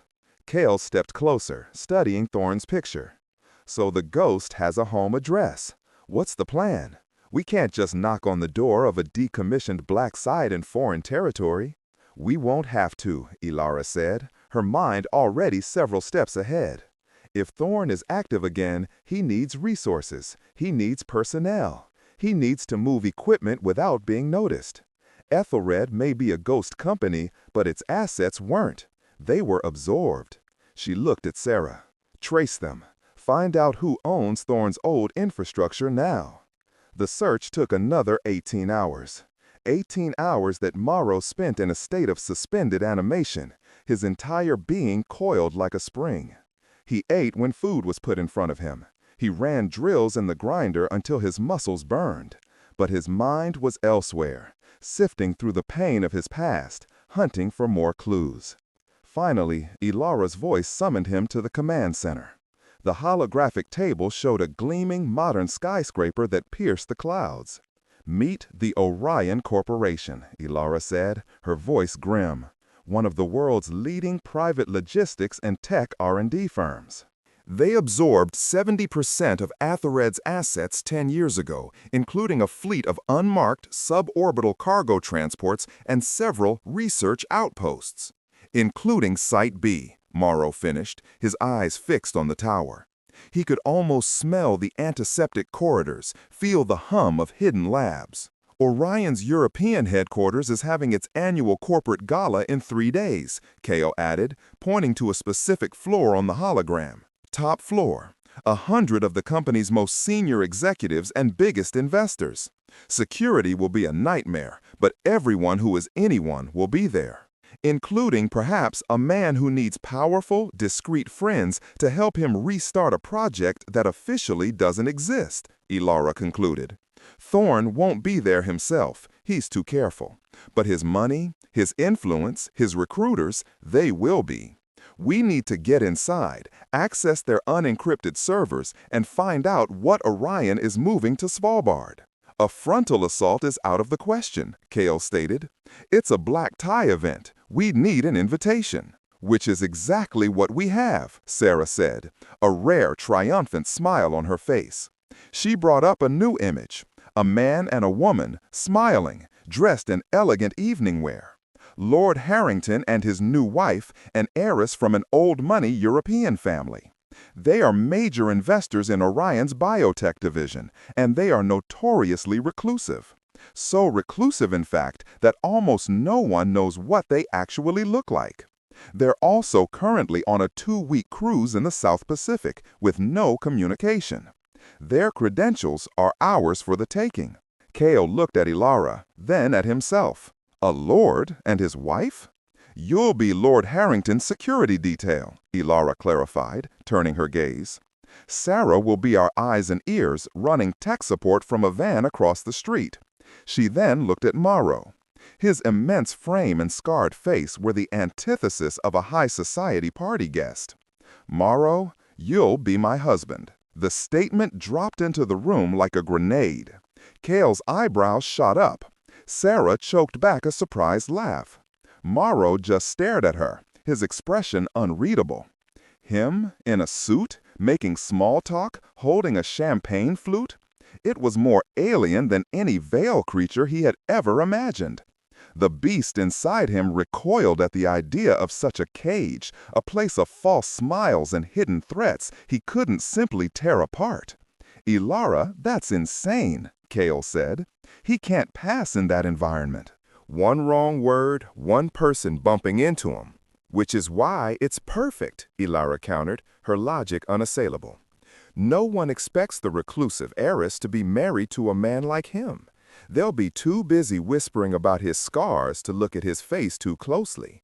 They'll keep their distance. He will be the perfect diversion while I get close to the CEO, place a data tap, and get what we need. All you have to do, she said, her eyes boring into Maro's, is stand there, look intimidating, and not kill anyone. Think you can manage that? For a moment, there was only the hum of the command center. Maro thought of the forest, of the silence and the solitude. Then he thought of the boy, Leo, and the look of awe on his face. He looked down at his own scarred hands. They had been instruments of slaughter, then instruments of protection. Now they had to be props in a masquerade. It was a new kind of control, a new kind of cage. But this time, he would be walking into it by choice. He met her gaze, a flicker of dark humor in his own. I'll try not to eat the silverware. The tuxedo was the most sophisticated cage he had ever worn. Custom tailored in less than a day by the Bastion's quartermaster, a man who usually worked with armored composites and memory cloth, the suit felt impossibly restrictive. The starched collar chafed his neck. The silk lining seemed to trap a layer of heat against his skin, making the beast within pace and growl at the confinement. Stand still, Kyle grunted, circling him like a predator assessing strange prey. He tugged at the lapels of the jacket, which strained across Maro's unnaturally broad back. You look like a bear trying to impersonate a waiter. The goal is not to blend in, Elara said, entering the fitting room. She stopped, her professional composure faltering for a split second. She wore a floor-length gown of deep sapphire that shimmered like a starfield. Her hair swept up in an elegant arrangement that exposed the strong line of her neck. To Maro, whose world had been grime and shadow, she looked like a piece of the night sky given form. The sight quieted the restless beast in his chest, replacing its agitation with a profound, unfamiliar awe. The goal, she continued, recovering as she adjusted his black bow tie with practiced fingers, is to look like a man who bought his wife an island and would break anyone who spilled a drink on her. You are her exotic, dangerous secret. Your job is to be silent, watchful, and immovable. Her fingers lingered for a moment on the fabric of his jacket.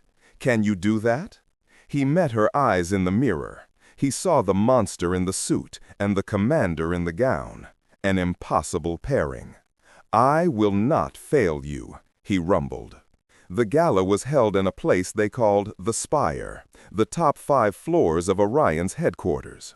It was a glass and steel fang piercing the clouds, a monument to corporate power. As they stepped out of the private elevator, Maro's senses were deluged. The air was a complex perfume of 100 competing colognes, expensive food, and the faint, sterile scent of recycled air.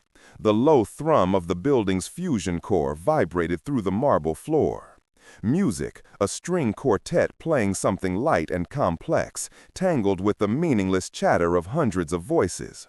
But beneath it all, Maro could feel the biosignatures, the nervous, fluttering energy of the ambitious, the slow, ponderous pulse of the powerful, the sharp, predatory gleam of the ruthless. It was a different kind of forest, with different, more subtle predators. Elara took his arm. Her touch was a point of focus in the sensory chaos. Remember the plan.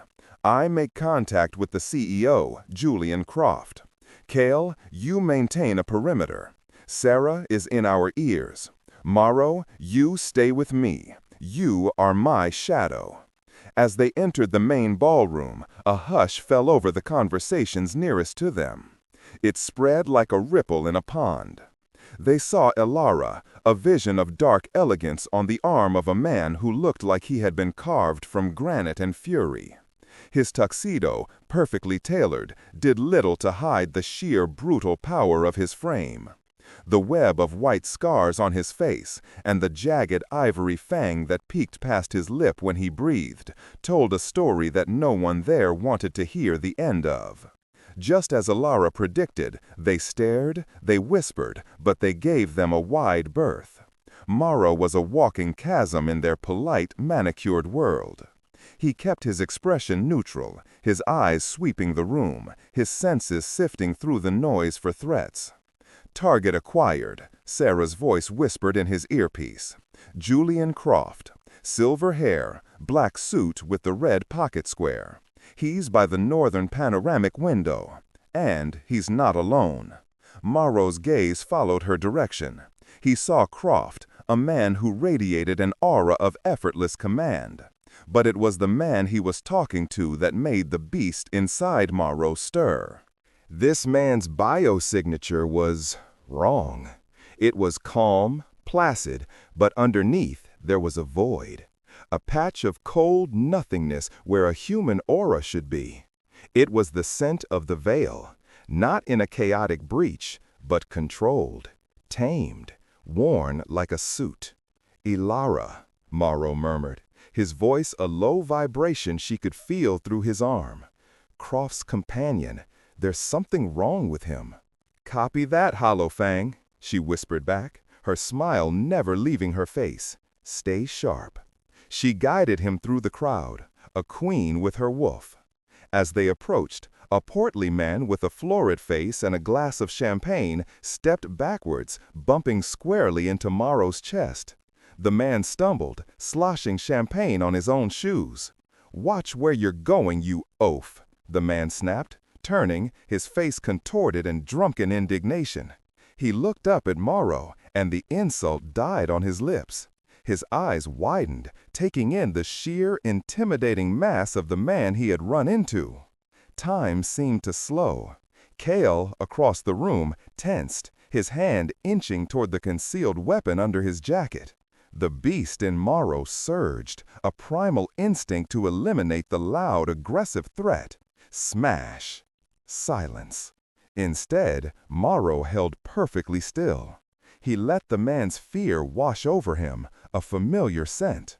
He looked down, his gaze flat and cold as a winter stone.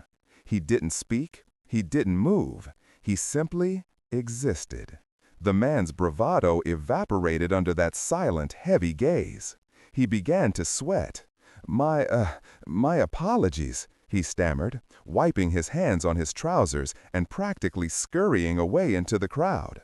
Elara squeezed his arm, a silent signal of approval. "Well handled," she breathed. They reached Croft just as his companion was leaving. The man with the cold aura gave them a polite, empty smile as he passed, his eyes lingering on Maro for a fraction of a second too long. In that glance, Maro felt a flicker of recognition, a cold, clinical appraisal that was terrifyingly familiar. "Julian," Elara said, her voice smooth as velvet. "A pleasure to see you again. You remember my husband?" Croft turned, his own smile perfectly polished. "Of course, Lady Harrington, and your husband, a formidable presence." He extended a hand to Maro. Maro looked at the offered hand. This was a test he hadn't practiced. He slowly, deliberately took Croft's hand. He focused all his control, all his training on a single task. Do not break it. His grip was firm, unyielding, but not crushing.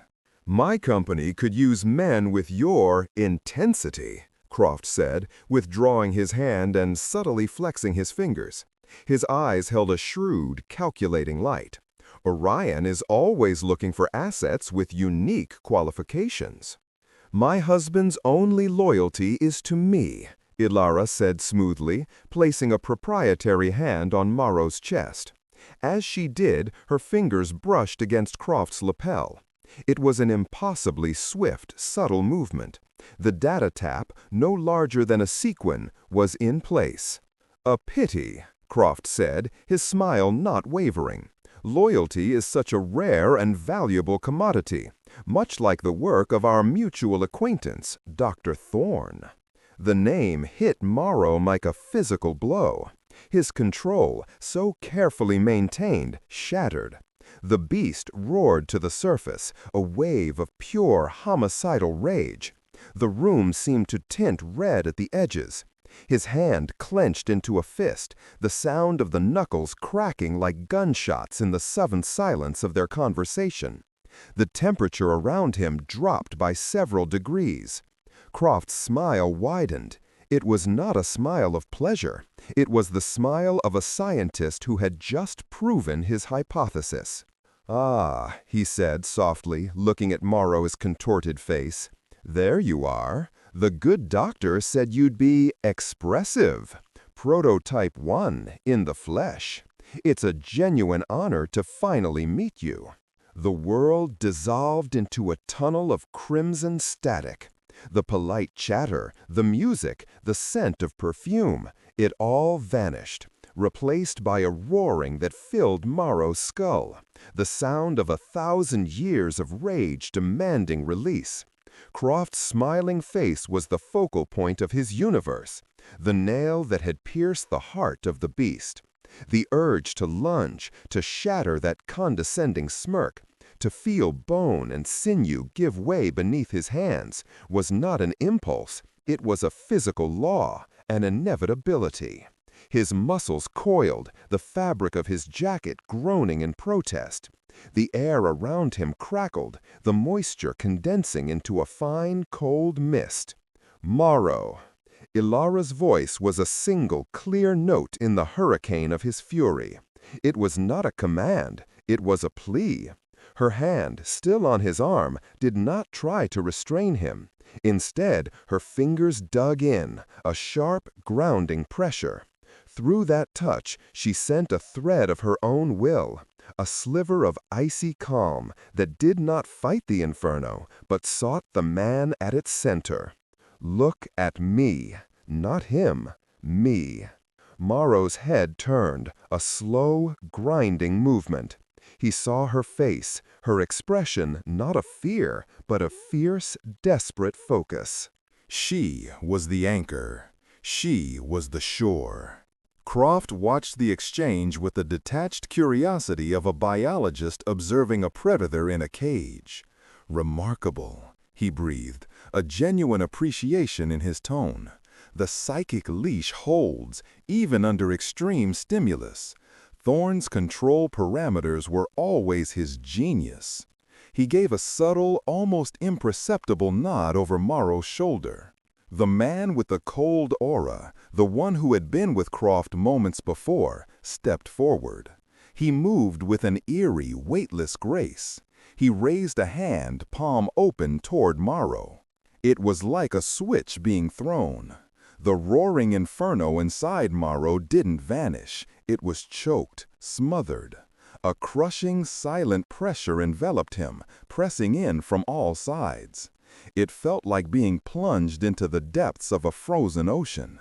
The rage was still there, thrashing and screaming, but its flames were being starved of oxygen.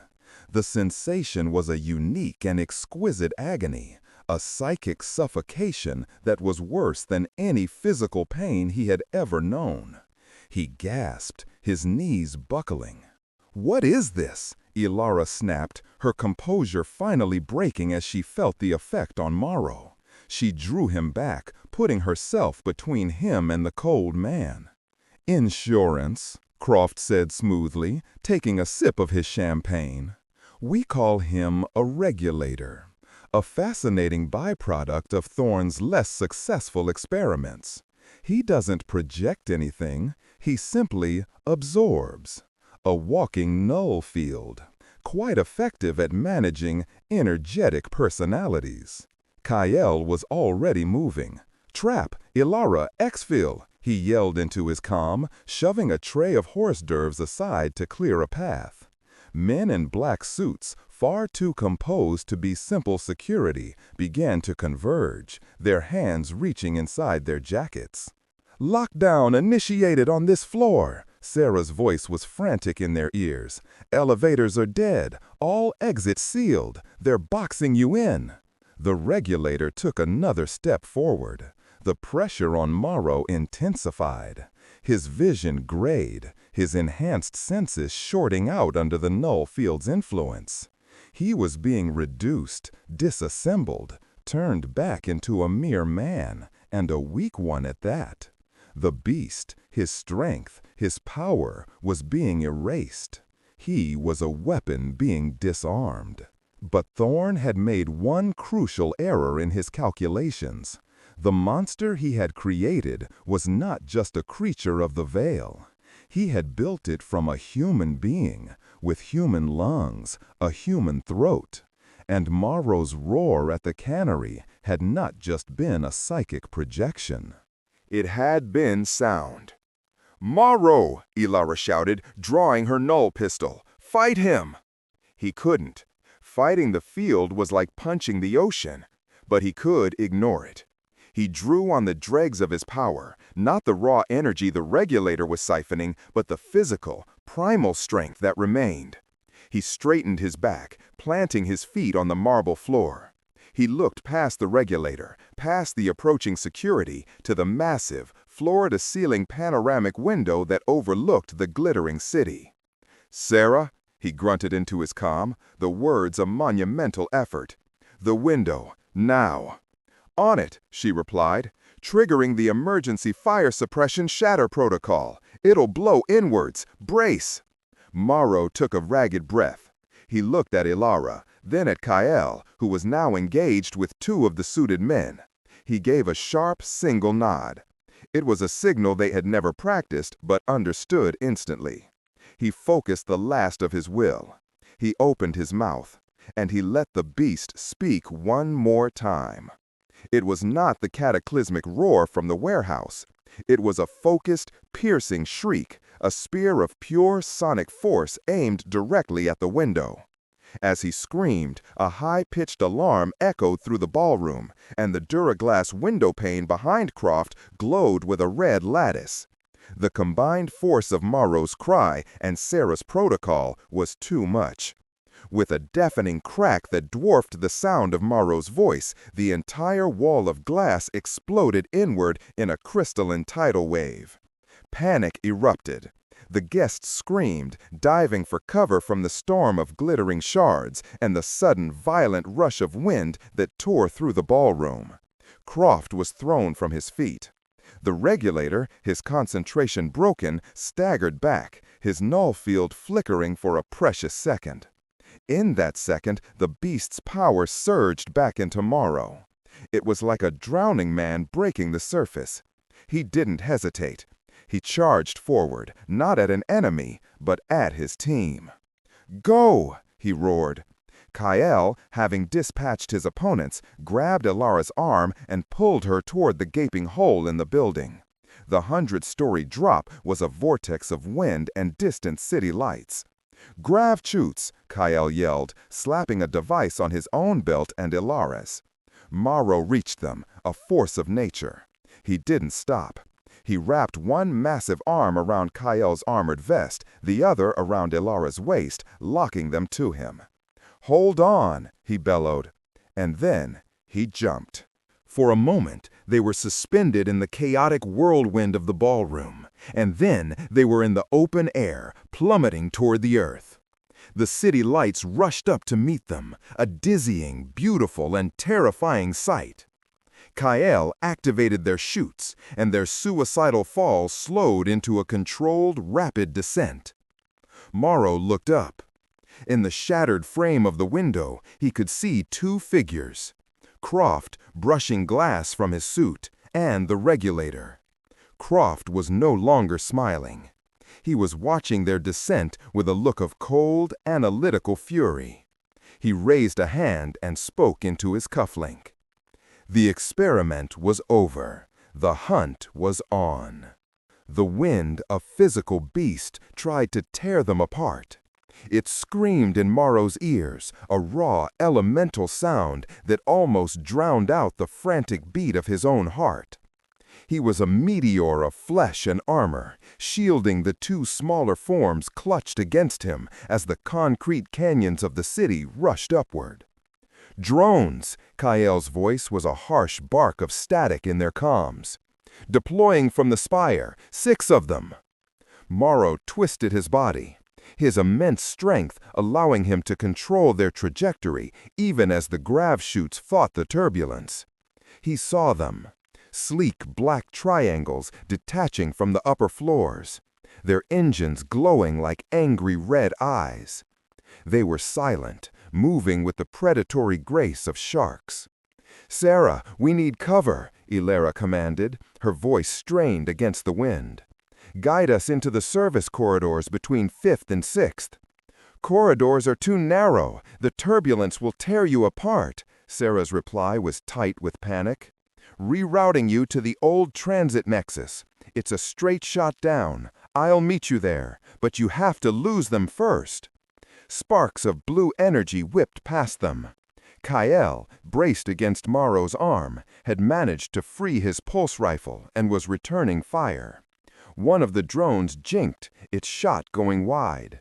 "They're too fast," he grunted, another of his shots deflecting off a drone's energy shield. Another drone swooped in, its forward-mounted cannons glowing. There was no time to dodge. The beast's instincts took over. Maro roared, a guttural sound of defiance, and used his own body as a shield. The energy bolts hammered into his armored back. The impact staggered him, like being struck by a battering ram. But the veil-infused plating held. Pain, white-hot and familiar, lanced through him. "Maro!" Elara cried out. He ignored the pain. It was an old friend.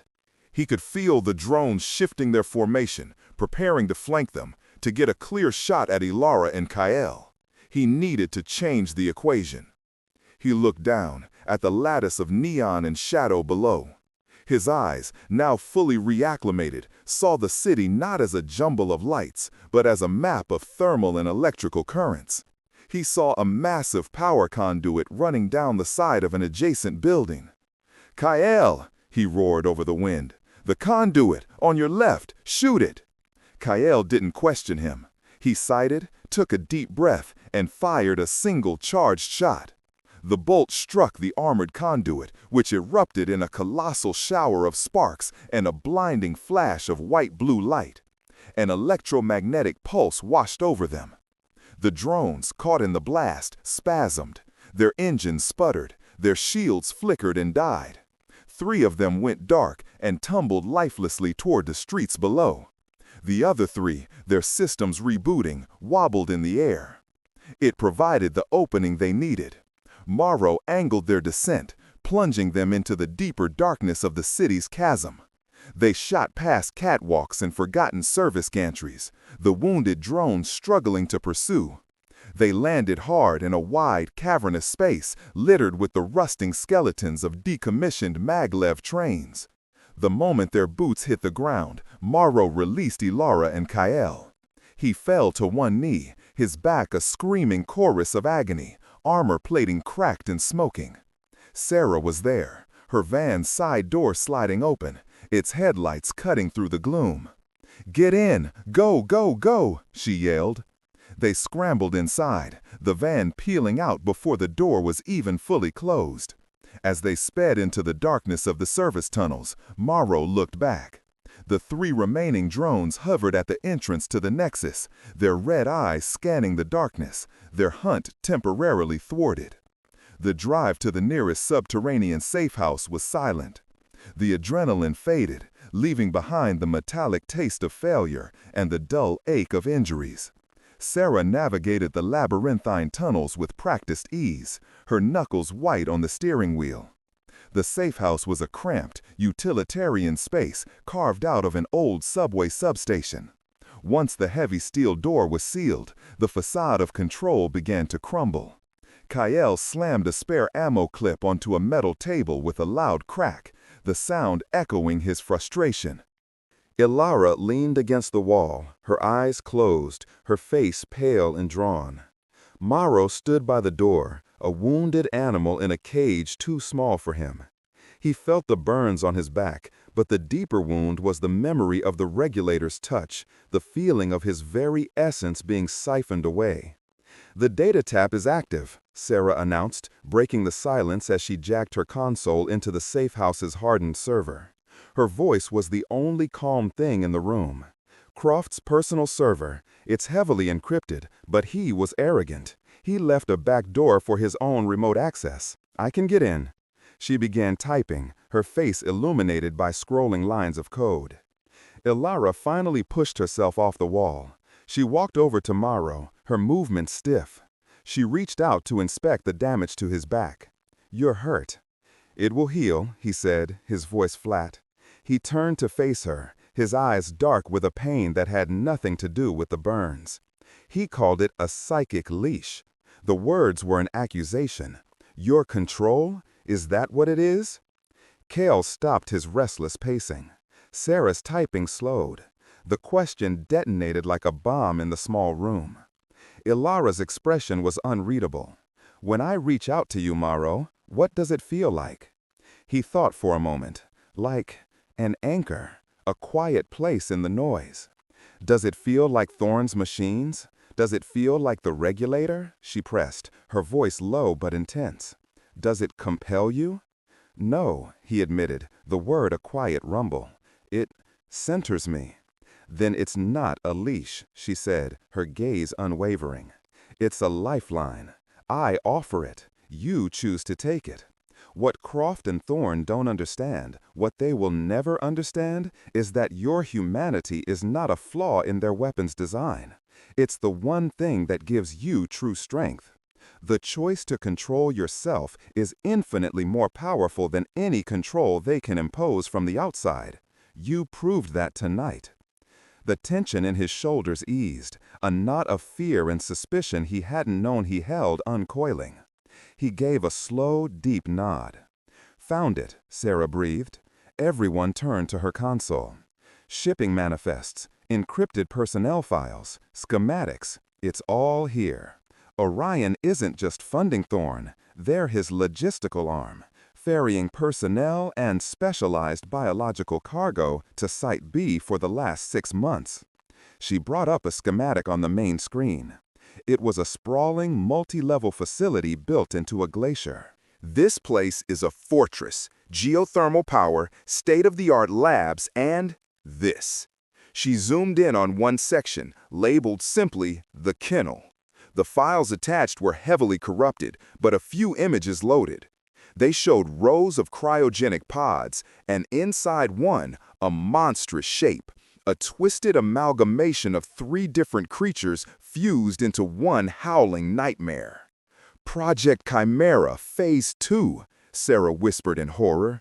"He's not just making more like you, Maro, he's moved on. The file is designated Cerberus." Kale swore, a low, vicious sound. "He's building an army of monsters." "There's more," Sarah said, her face grim. She pulled up a personnel file. The photo was of the cold man from the gala. His designation is Regulator Unit 7. Files here detail 12 of them. They're failed Chimera subjects. They couldn't handle the full transformation, so Thorne repurposed them, turned them into psychic sinks. They are the wardens of his new asylum. The path forward was suddenly clear, a road leading straight into the heart of a frozen hell. They had the location. They knew the enemy. They knew the stakes. Elara looked around the room, at her bruised and battered team. She saw Kale's grim resolve, Sarah's fearful determination, and the cold, burning purpose in Maro's eyes. "Thorne thinks Maro is his greatest weapon," she said, her voice ringing with cold steel in the confines of the substation. "He's about to find out that weapon is no longer pointed where he thinks it is." She looked directly at Maro. "We are going to Site B. We are going to tear down everything that man has built, and we are going to end this for good." Maro met her gaze. The beast inside him was silent, listening. It was no longer a storm of rage. It was a hunter, waiting patiently for the signal to begin the final hunt. He had been born in a cage of ice and pain. Now he would return to it, not as a prisoner, but as its reckoning. The Bastion moved with silent, brutal efficiency. Within 2 hours, their scorched armor had been replaced, their wounds flash-treated, and their mission loadout delivered to the safe house by a ghost drone. The plan of attack was laid out on the small metal table, a holographic projection of Site B glowing like a blue jewel in the cramped room. "The main entrance is a death trap," Kale stated, tracing a line on the hologram with a calloused finger. "Automated defense turrets, biometric scanners, and a perimeter patrol of at least 20 Orion mercs. And that's just what we can see from satellite. And what we can't see," Sarah added, her expression grim, "is the network of regulators. They'll likely have them stationed at all key access points. Their null fields will scramble our tech and cripple Maro before we even get through the first door." The problem appeared insurmountable. A fortress designed to be impenetrable, guarded by men who could turn their greatest weapon into a liability. Maro, who had been standing still in the corner, finally spoke. His voice was a low rumble, like distant ice cracking. "The fortress needs to breathe." All eyes turned to him. "When he made me, the process generated an immense amount of waste heat. They had to vent it constantly, or the facility's core would overload." He closed his eyes, accessing the sensory echoes of his past. "I remember the sound, a constant, deep hum, a river of hot air flowing away into the cold. It was always there, underneath the pain." Sarah's fingers flew across her console. She overlaid a geothermal map onto the schematic of Site B. The image was a flat blue, indicating the ambient temperature of the glacier. But as she filtered the frequencies, a faint, almost invisible red line appeared, snaking away from the facility for several kilometers before dissipating. "My God," she whispered, "a deep earth thermal exhaust, disguised as a natural volcanic fissure. It's not on any of the official schematics because it's part of the glacier itself. Thorne didn't build a vent, he hijacked a pre-existing one." "Can we use it?" Elara asked, her gaze fixed on the faint red line. "It will be a vertical descent of at least 500 meters, Kyle assessed, his tactical mind already calculating the risks. Through superheated steam, unstable ice formations, and God knows what kind of pressure filtration systems. It's a one-way ticket. Once we're in, the only way out is through the front door." "It's our only chance," Maro stated, his eyes open and clear. "I can guide us. I can feel the heat. I can lead you to its mouth." The journey north was a silent dive into the abyss. They traveled aboard the Whisper, a Veilborn stealth submersible that slid through the crushing depths of the Arctic Ocean like a blade through silk. For 2 days, there was nothing but the low hum of the reactor, the groans of the hull under pressure, and the endless inky blackness outside the reinforced viewport. Maro found himself drawn to that viewport. The absolute darkness, the immense pressure, the lethal cold just inches away. It should have been terrifying. Instead, it felt familiar. It was a physical representation of the solitude he had known his entire life. Elara found him there, a lone silhouette against the faint glow of the navigation screen. "We'll be at the ice shelf in 6 hours," she said softly. "I remember the cold," he said, not looking away from the blackness. "After the fire of the transformation, they put me in a cryocell. The cold was a relief. It made the rage quiet. It made the pain sleep." He finally turned to face her. "I am not afraid to go back there, Elara. This place, its heart is a furnace, but its skin is ice. I know this monster. I know how to kill it." The submersible surfaced with a groan of stressed metal, punching through a 3-meter-thick sheet of sea ice. When the main hatch opened, the world that greeted them was one of brutal, alien beauty. The sun was a memory, the landscape a rolling expanse of white and blue under a sky awash with the ghostly green fire of the aurora borealis. The cold was a physical blow, a -40-degree reality that stole the breath and turned exposed skin to stone in seconds. They moved across the ice sheet, 4 black figures in a world of white. Their thermal gear protected them, but the sheer oppressive weight of the cold was a constant presence. Kale and Sarah moved with grim efficiency, their breath pluming in the still air. Elara was a focused point of warmth and command. But Maro was home. The wind's whistle across the ice echoed the note of his broken fang. The profound silence mirrored his long years in the forest.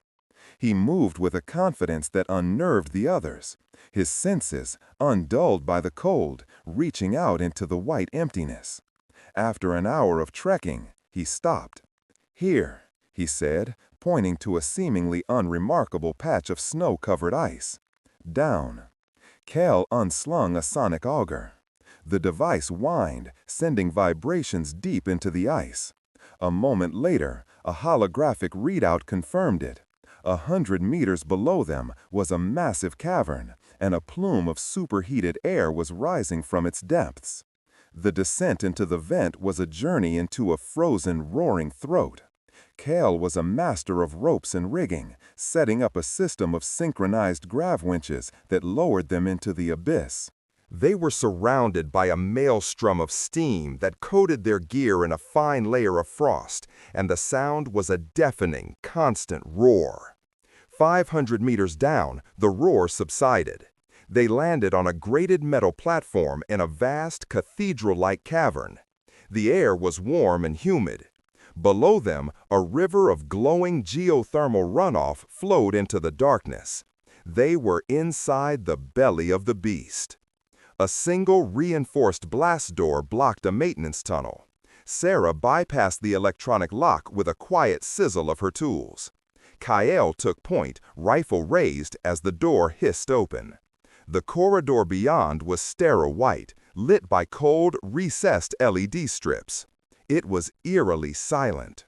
"Something's wrong," Maro whispered, his head cocked. "Too quiet. No hum from the power conduits. No air circulation." They moved forward, a tight diamond formation. 50 meters in, they found the reason for the silence. Bodies of Orion security guards littered the corridor. They weren't shot. They were torn apart, their armor shredded like paper, frozen splashes of blood painting the walls. "What did this?" Kyle murmured, nudging a mangled helmet with his boot. "Cerberus," Maro breathed, his eyes wide. He could smell it now, the scent of a predator far more complex and savage than himself. One of them got loose. As if on cue, a screech echoed from the corridor ahead, a sound of metal tearing, followed by a human scream that was cut short. "That's our welcome party," Elara said, her face grim. "Move." They rounded the corner to see a scene of carnage. A Cerberus creature, a hulking monstrosity with the chitinous legs of an insect, the torso of a great ape, and a slavering crocodilian head, was dismembering the last of a security patrol. It hadn't seen them yet. But standing calmly behind the creature, watching the slaughter with detached interest, was a figure in a pristine white lab coat. He was thin, with spectacles and a familiar thin white scar through his left eyebrow. Dr. Aris Thorne. He looked up, his cold eyes meeting theirs. He didn't appear surprised. He appeared pleased. "Ah," Thorne said, his voice calm and precise, echoing in the blood-soaked corridor. It was the voice from Maro's nightmares. "Prototype 1. You've come home. And you've brought your keepers. Excellent. The final field test can now begin." Thorne's words hung in the frozen air, a death sentence delivered with the placid curiosity of a lecturer. Before Elara could even raise her weapon, the Cerberus creature shrieked, a sound of grinding metal in organic agony, and charged. It was not the mindless rush of the scuttlers, it was an explosion of tactical violence. Kale opened fire, his pulse rifle stitching a line of blue energy across the creature's torso, but the bolts sizzled and dissipated against its layered hide. It moved with the scuttling speed of insectoid legs, ape-like arms smashing chunks of ferrocrete from the walls as it closed the distance. "Fall back, dispersive pattern," Elara commanded, firing her own null pistol. The shots had no more effect than a thrown stone. The Cerberus slammed into Kale, sending the big man flying into the far wall with a sickening crunch. It turned its crocodilian head towards its maw, unhinging. Maro moved. He met the creature head-on, a collision of two impossible forces. They grappled, a nightmare tableau of muscle and chitin. Maro was strong, but the Cerberus was a riot of specialized limbs and mindless fury. A bladed insectoid leg stabbed deep into his shoulder, and a roar of pure pain ripped from his throat. "You see, prototype?" Thorne called out conversationally over the chaos, not moving from his spot. "Cerberus has no internal conflict, no ghost in the machine. It is pure, efficient, lethal. It is what you should have been." He gave a crisp, clinical nod. From corridors to their left and right, three figures in white tactical gear emerged, the regulators. The air in the corridor instantly thickened, becoming heavy and dead. The vibrant hum of the beast within Maro, the very source of his strength, choked into a guttering ember. He staggered back from the Cerberus, his power bleeding away into the oppressive null field. The creature, sensing his weakness, pressed its advantage, its jaw snapping inches from his face. "Sarah, the regulators!" Elara yelled, firing at one of the units. The bolt was simply swallowed by the air around it. "I see them!" Sarah's voice was a strained tin wire in their ears. "Their fields are tied into the facility's power core. I can't isolate them, but I might be able to overload the whole system. If I dump the geothermal coolant into the primary reactor, it will create a massive feedback pulse. It'll fry every system in this place, including the regulator's control harnesses. But it will also trigger a full core meltdown. You'll have 10 minutes to get out." "Do it," Elara ordered, helping a groaning Kael to his feet. Thorne watched, a faint, condescending smile on his lips. "A valiant effort, but you are out of time." He gestured, and the three regulators began to advance, their synchronized null field collapsing in on Maro, squeezing the very life from him. Maro was on one knee, the Cerberus looming over him, the pressure threatening to crush his skull. He was weak, helpless, the beast silenced. He was just a man again, a broken thing in a white corridor, about to die. He looked at Elara, her face a mask of desperation. He saw her raise her hand, not with a weapon, but as she had on the ridge. Her voice entered his mind, not a soothing whisper, but a roar of defiance. "They think your pain is a weakness, Maro. Show them it's a weapon. Don't just hold the leash, unleash it." It wasn't a command, it was permission, it was trust. In that moment of absolute faith, something shifted. Elara didn't just touch his mind, she became a lens, a focusing crystal for the last, defiant spark of the beast. The regulator's field was designed to absorb energy, but this wasn't energy. It was pure, unadulterated consciousness. It was agony given voice. Maro threw his head back and screamed. It was not a sound, it was a psychic detonation. He pushed out not just his rage, but the memory of every agonizing moment Thorne forced him through. The fire of the transformation, the terror of his first awakening, the gnawing loneliness of the forest, the years of confusion and pain. He broadcasted it all. A tidal wave of pure, unfiltered suffering. The effect was instantaneous and catastrophic. The Cerberus creature, engineered for pure instinct, had no defense against the sudden, crippling weight of existential dread. It recoiled, shrieking, clutching its monstrous head. For the first time, it felt something other than hunger and rage. It felt fear. It felt pain. The regulators, the psychic sinks, crumpled, overwhelmed.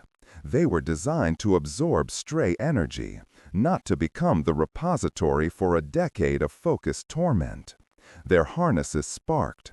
Their placid expressions contorted into masks of horror, as they were force-fed the very agony they were meant to control. One collapsed, blood streaming from its eyes and ears.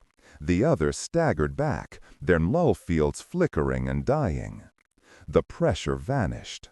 Power, raw and furious, flooded back into Maro's limbs.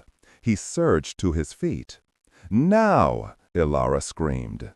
Kale, seeing his chance, ripped a heavy thermobaric charge from his belt and hurled it. It stuck to the confused Cerberus's hide. He tackled Elara, pulling them both behind cover as the charge detonated with a deafening thump. The corridor was filled with a blinding white light and a rave of incinerating heat. When the light cleared, the Cerberus lay a blackened, twitching ruin. Maro didn't even look. His eyes were fixed on the source of his pain. He walked through the smoke, his steps heavy and deliberate, a figure of unstoppable judgment. The two remaining regulators tried to raise their weapons, but they were broken, their minds shattered. Maro swept them aside like dolls. He stopped a foot from Thorne. The scientist hadn't moved, but his calm had finally cracked. His face was pale, his eyes wide with disbelief. He was staring at Maro not as a creation, but as an impossibility. "How?" Thorne whispered, his voice trembling. "The human element should have made you fragile, unstable, inferior." "You thought the man was the beast's weakness." Maro's voice, a low, resonant growl like grinding stones, rumbled. He raised a hand, his scarred fingers flexing. "You were wrong. The man was its conscience, its control." "I am your creator! I am your god!" Thorne shrieked, pulling a strange needle-like pistol from his lab coat. Maro's hand shot out, faster than Thorne could react. He didn't grab the weapon, he grabbed Thorne's wrist. He didn't crush it, he simply held it, his grip an unbreakable band of steel. The bones in Thorne's wrist creaked, and the scientist cried out, dropping the pistol. The beast inside Maro roared for blood, for Thorne's skull to crunch, for an end to the man who had stolen his life. He could feel the rage, hot and sweet, calling to him. But Elara's voice echoed in his mind. "It's your choice." He looked down at the terrified, pathetic man squirming in his grip. Killing him would be an execution.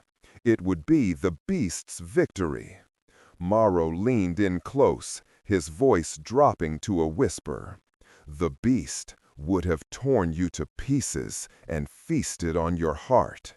He tightened his grip, and Thorne screamed. But the man, he effortlessly hoisted Thorne from the ground by his broken wrist, is taking you to answer for what you've done. A klaxon blared throughout the facility, bathing the corridor in strobing red lights. "Core integrity failure in 5 minutes. Time to go!" Kale yelled, helping a disoriented Sarah out of a nearby service duct where she'd made her connection. Maro slung the whimpering Thorne over his shoulder like a sack of grain and turned. He looked at his team, his pack. Kale, bruised but resolute. Sarah, terrified but triumphant. Elara, watching him with an expression of profound, unwavering pride. They fought their way out through the chaos of the self-destructing facility, past sparking conduits and screaming Orion personnel. They left the broken monsters to be consumed by the fire of their own creation. They burst out of the main entrance onto the ice shelf just as the first deep tremor shook the glacier. Far below, the whisper surfaced, a black shadow in the churning, icy water. As they ran for the sub, Maro looked back. Site B, the frozen tomb where he had been born, groaned, a great plume of steam erupting from its peak before the entire structure collapsed in on itself, swallowed by 1,000,000,000 tons of ice. It was not a tomb, it was a womb, and he had finally, truly, been born. Later, on the silent journey south, Maro stood once more before the viewport, watching the dark water. The gnawing vanished. The hollow ache in his soul filled, not with vengeance, but with purpose. The rage was still there, a banked fire deep within him, but it was his now. A tool, a shield, a part of him he had finally accepted. Elara came to stand beside him. Neither spoke for a long time. "What will you do now?" she asked at last. He looked at his reflection in the dark glass. He saw the scars, the fang, the haunted eyes. But for the first time, he saw no monster. He saw a man who had been to hell and back. He saw a guardian, a sentinel. "There are other monsters in the dark," Maro said, his voice calm and sure. "And there are other people who need a shield." He turned from the window and looked at her, a faint, unfamiliar expression on his face. It was a smile. Not a wide, happy thing, but a small, hard-won curve of his lips. "I think I'll stay with my pack."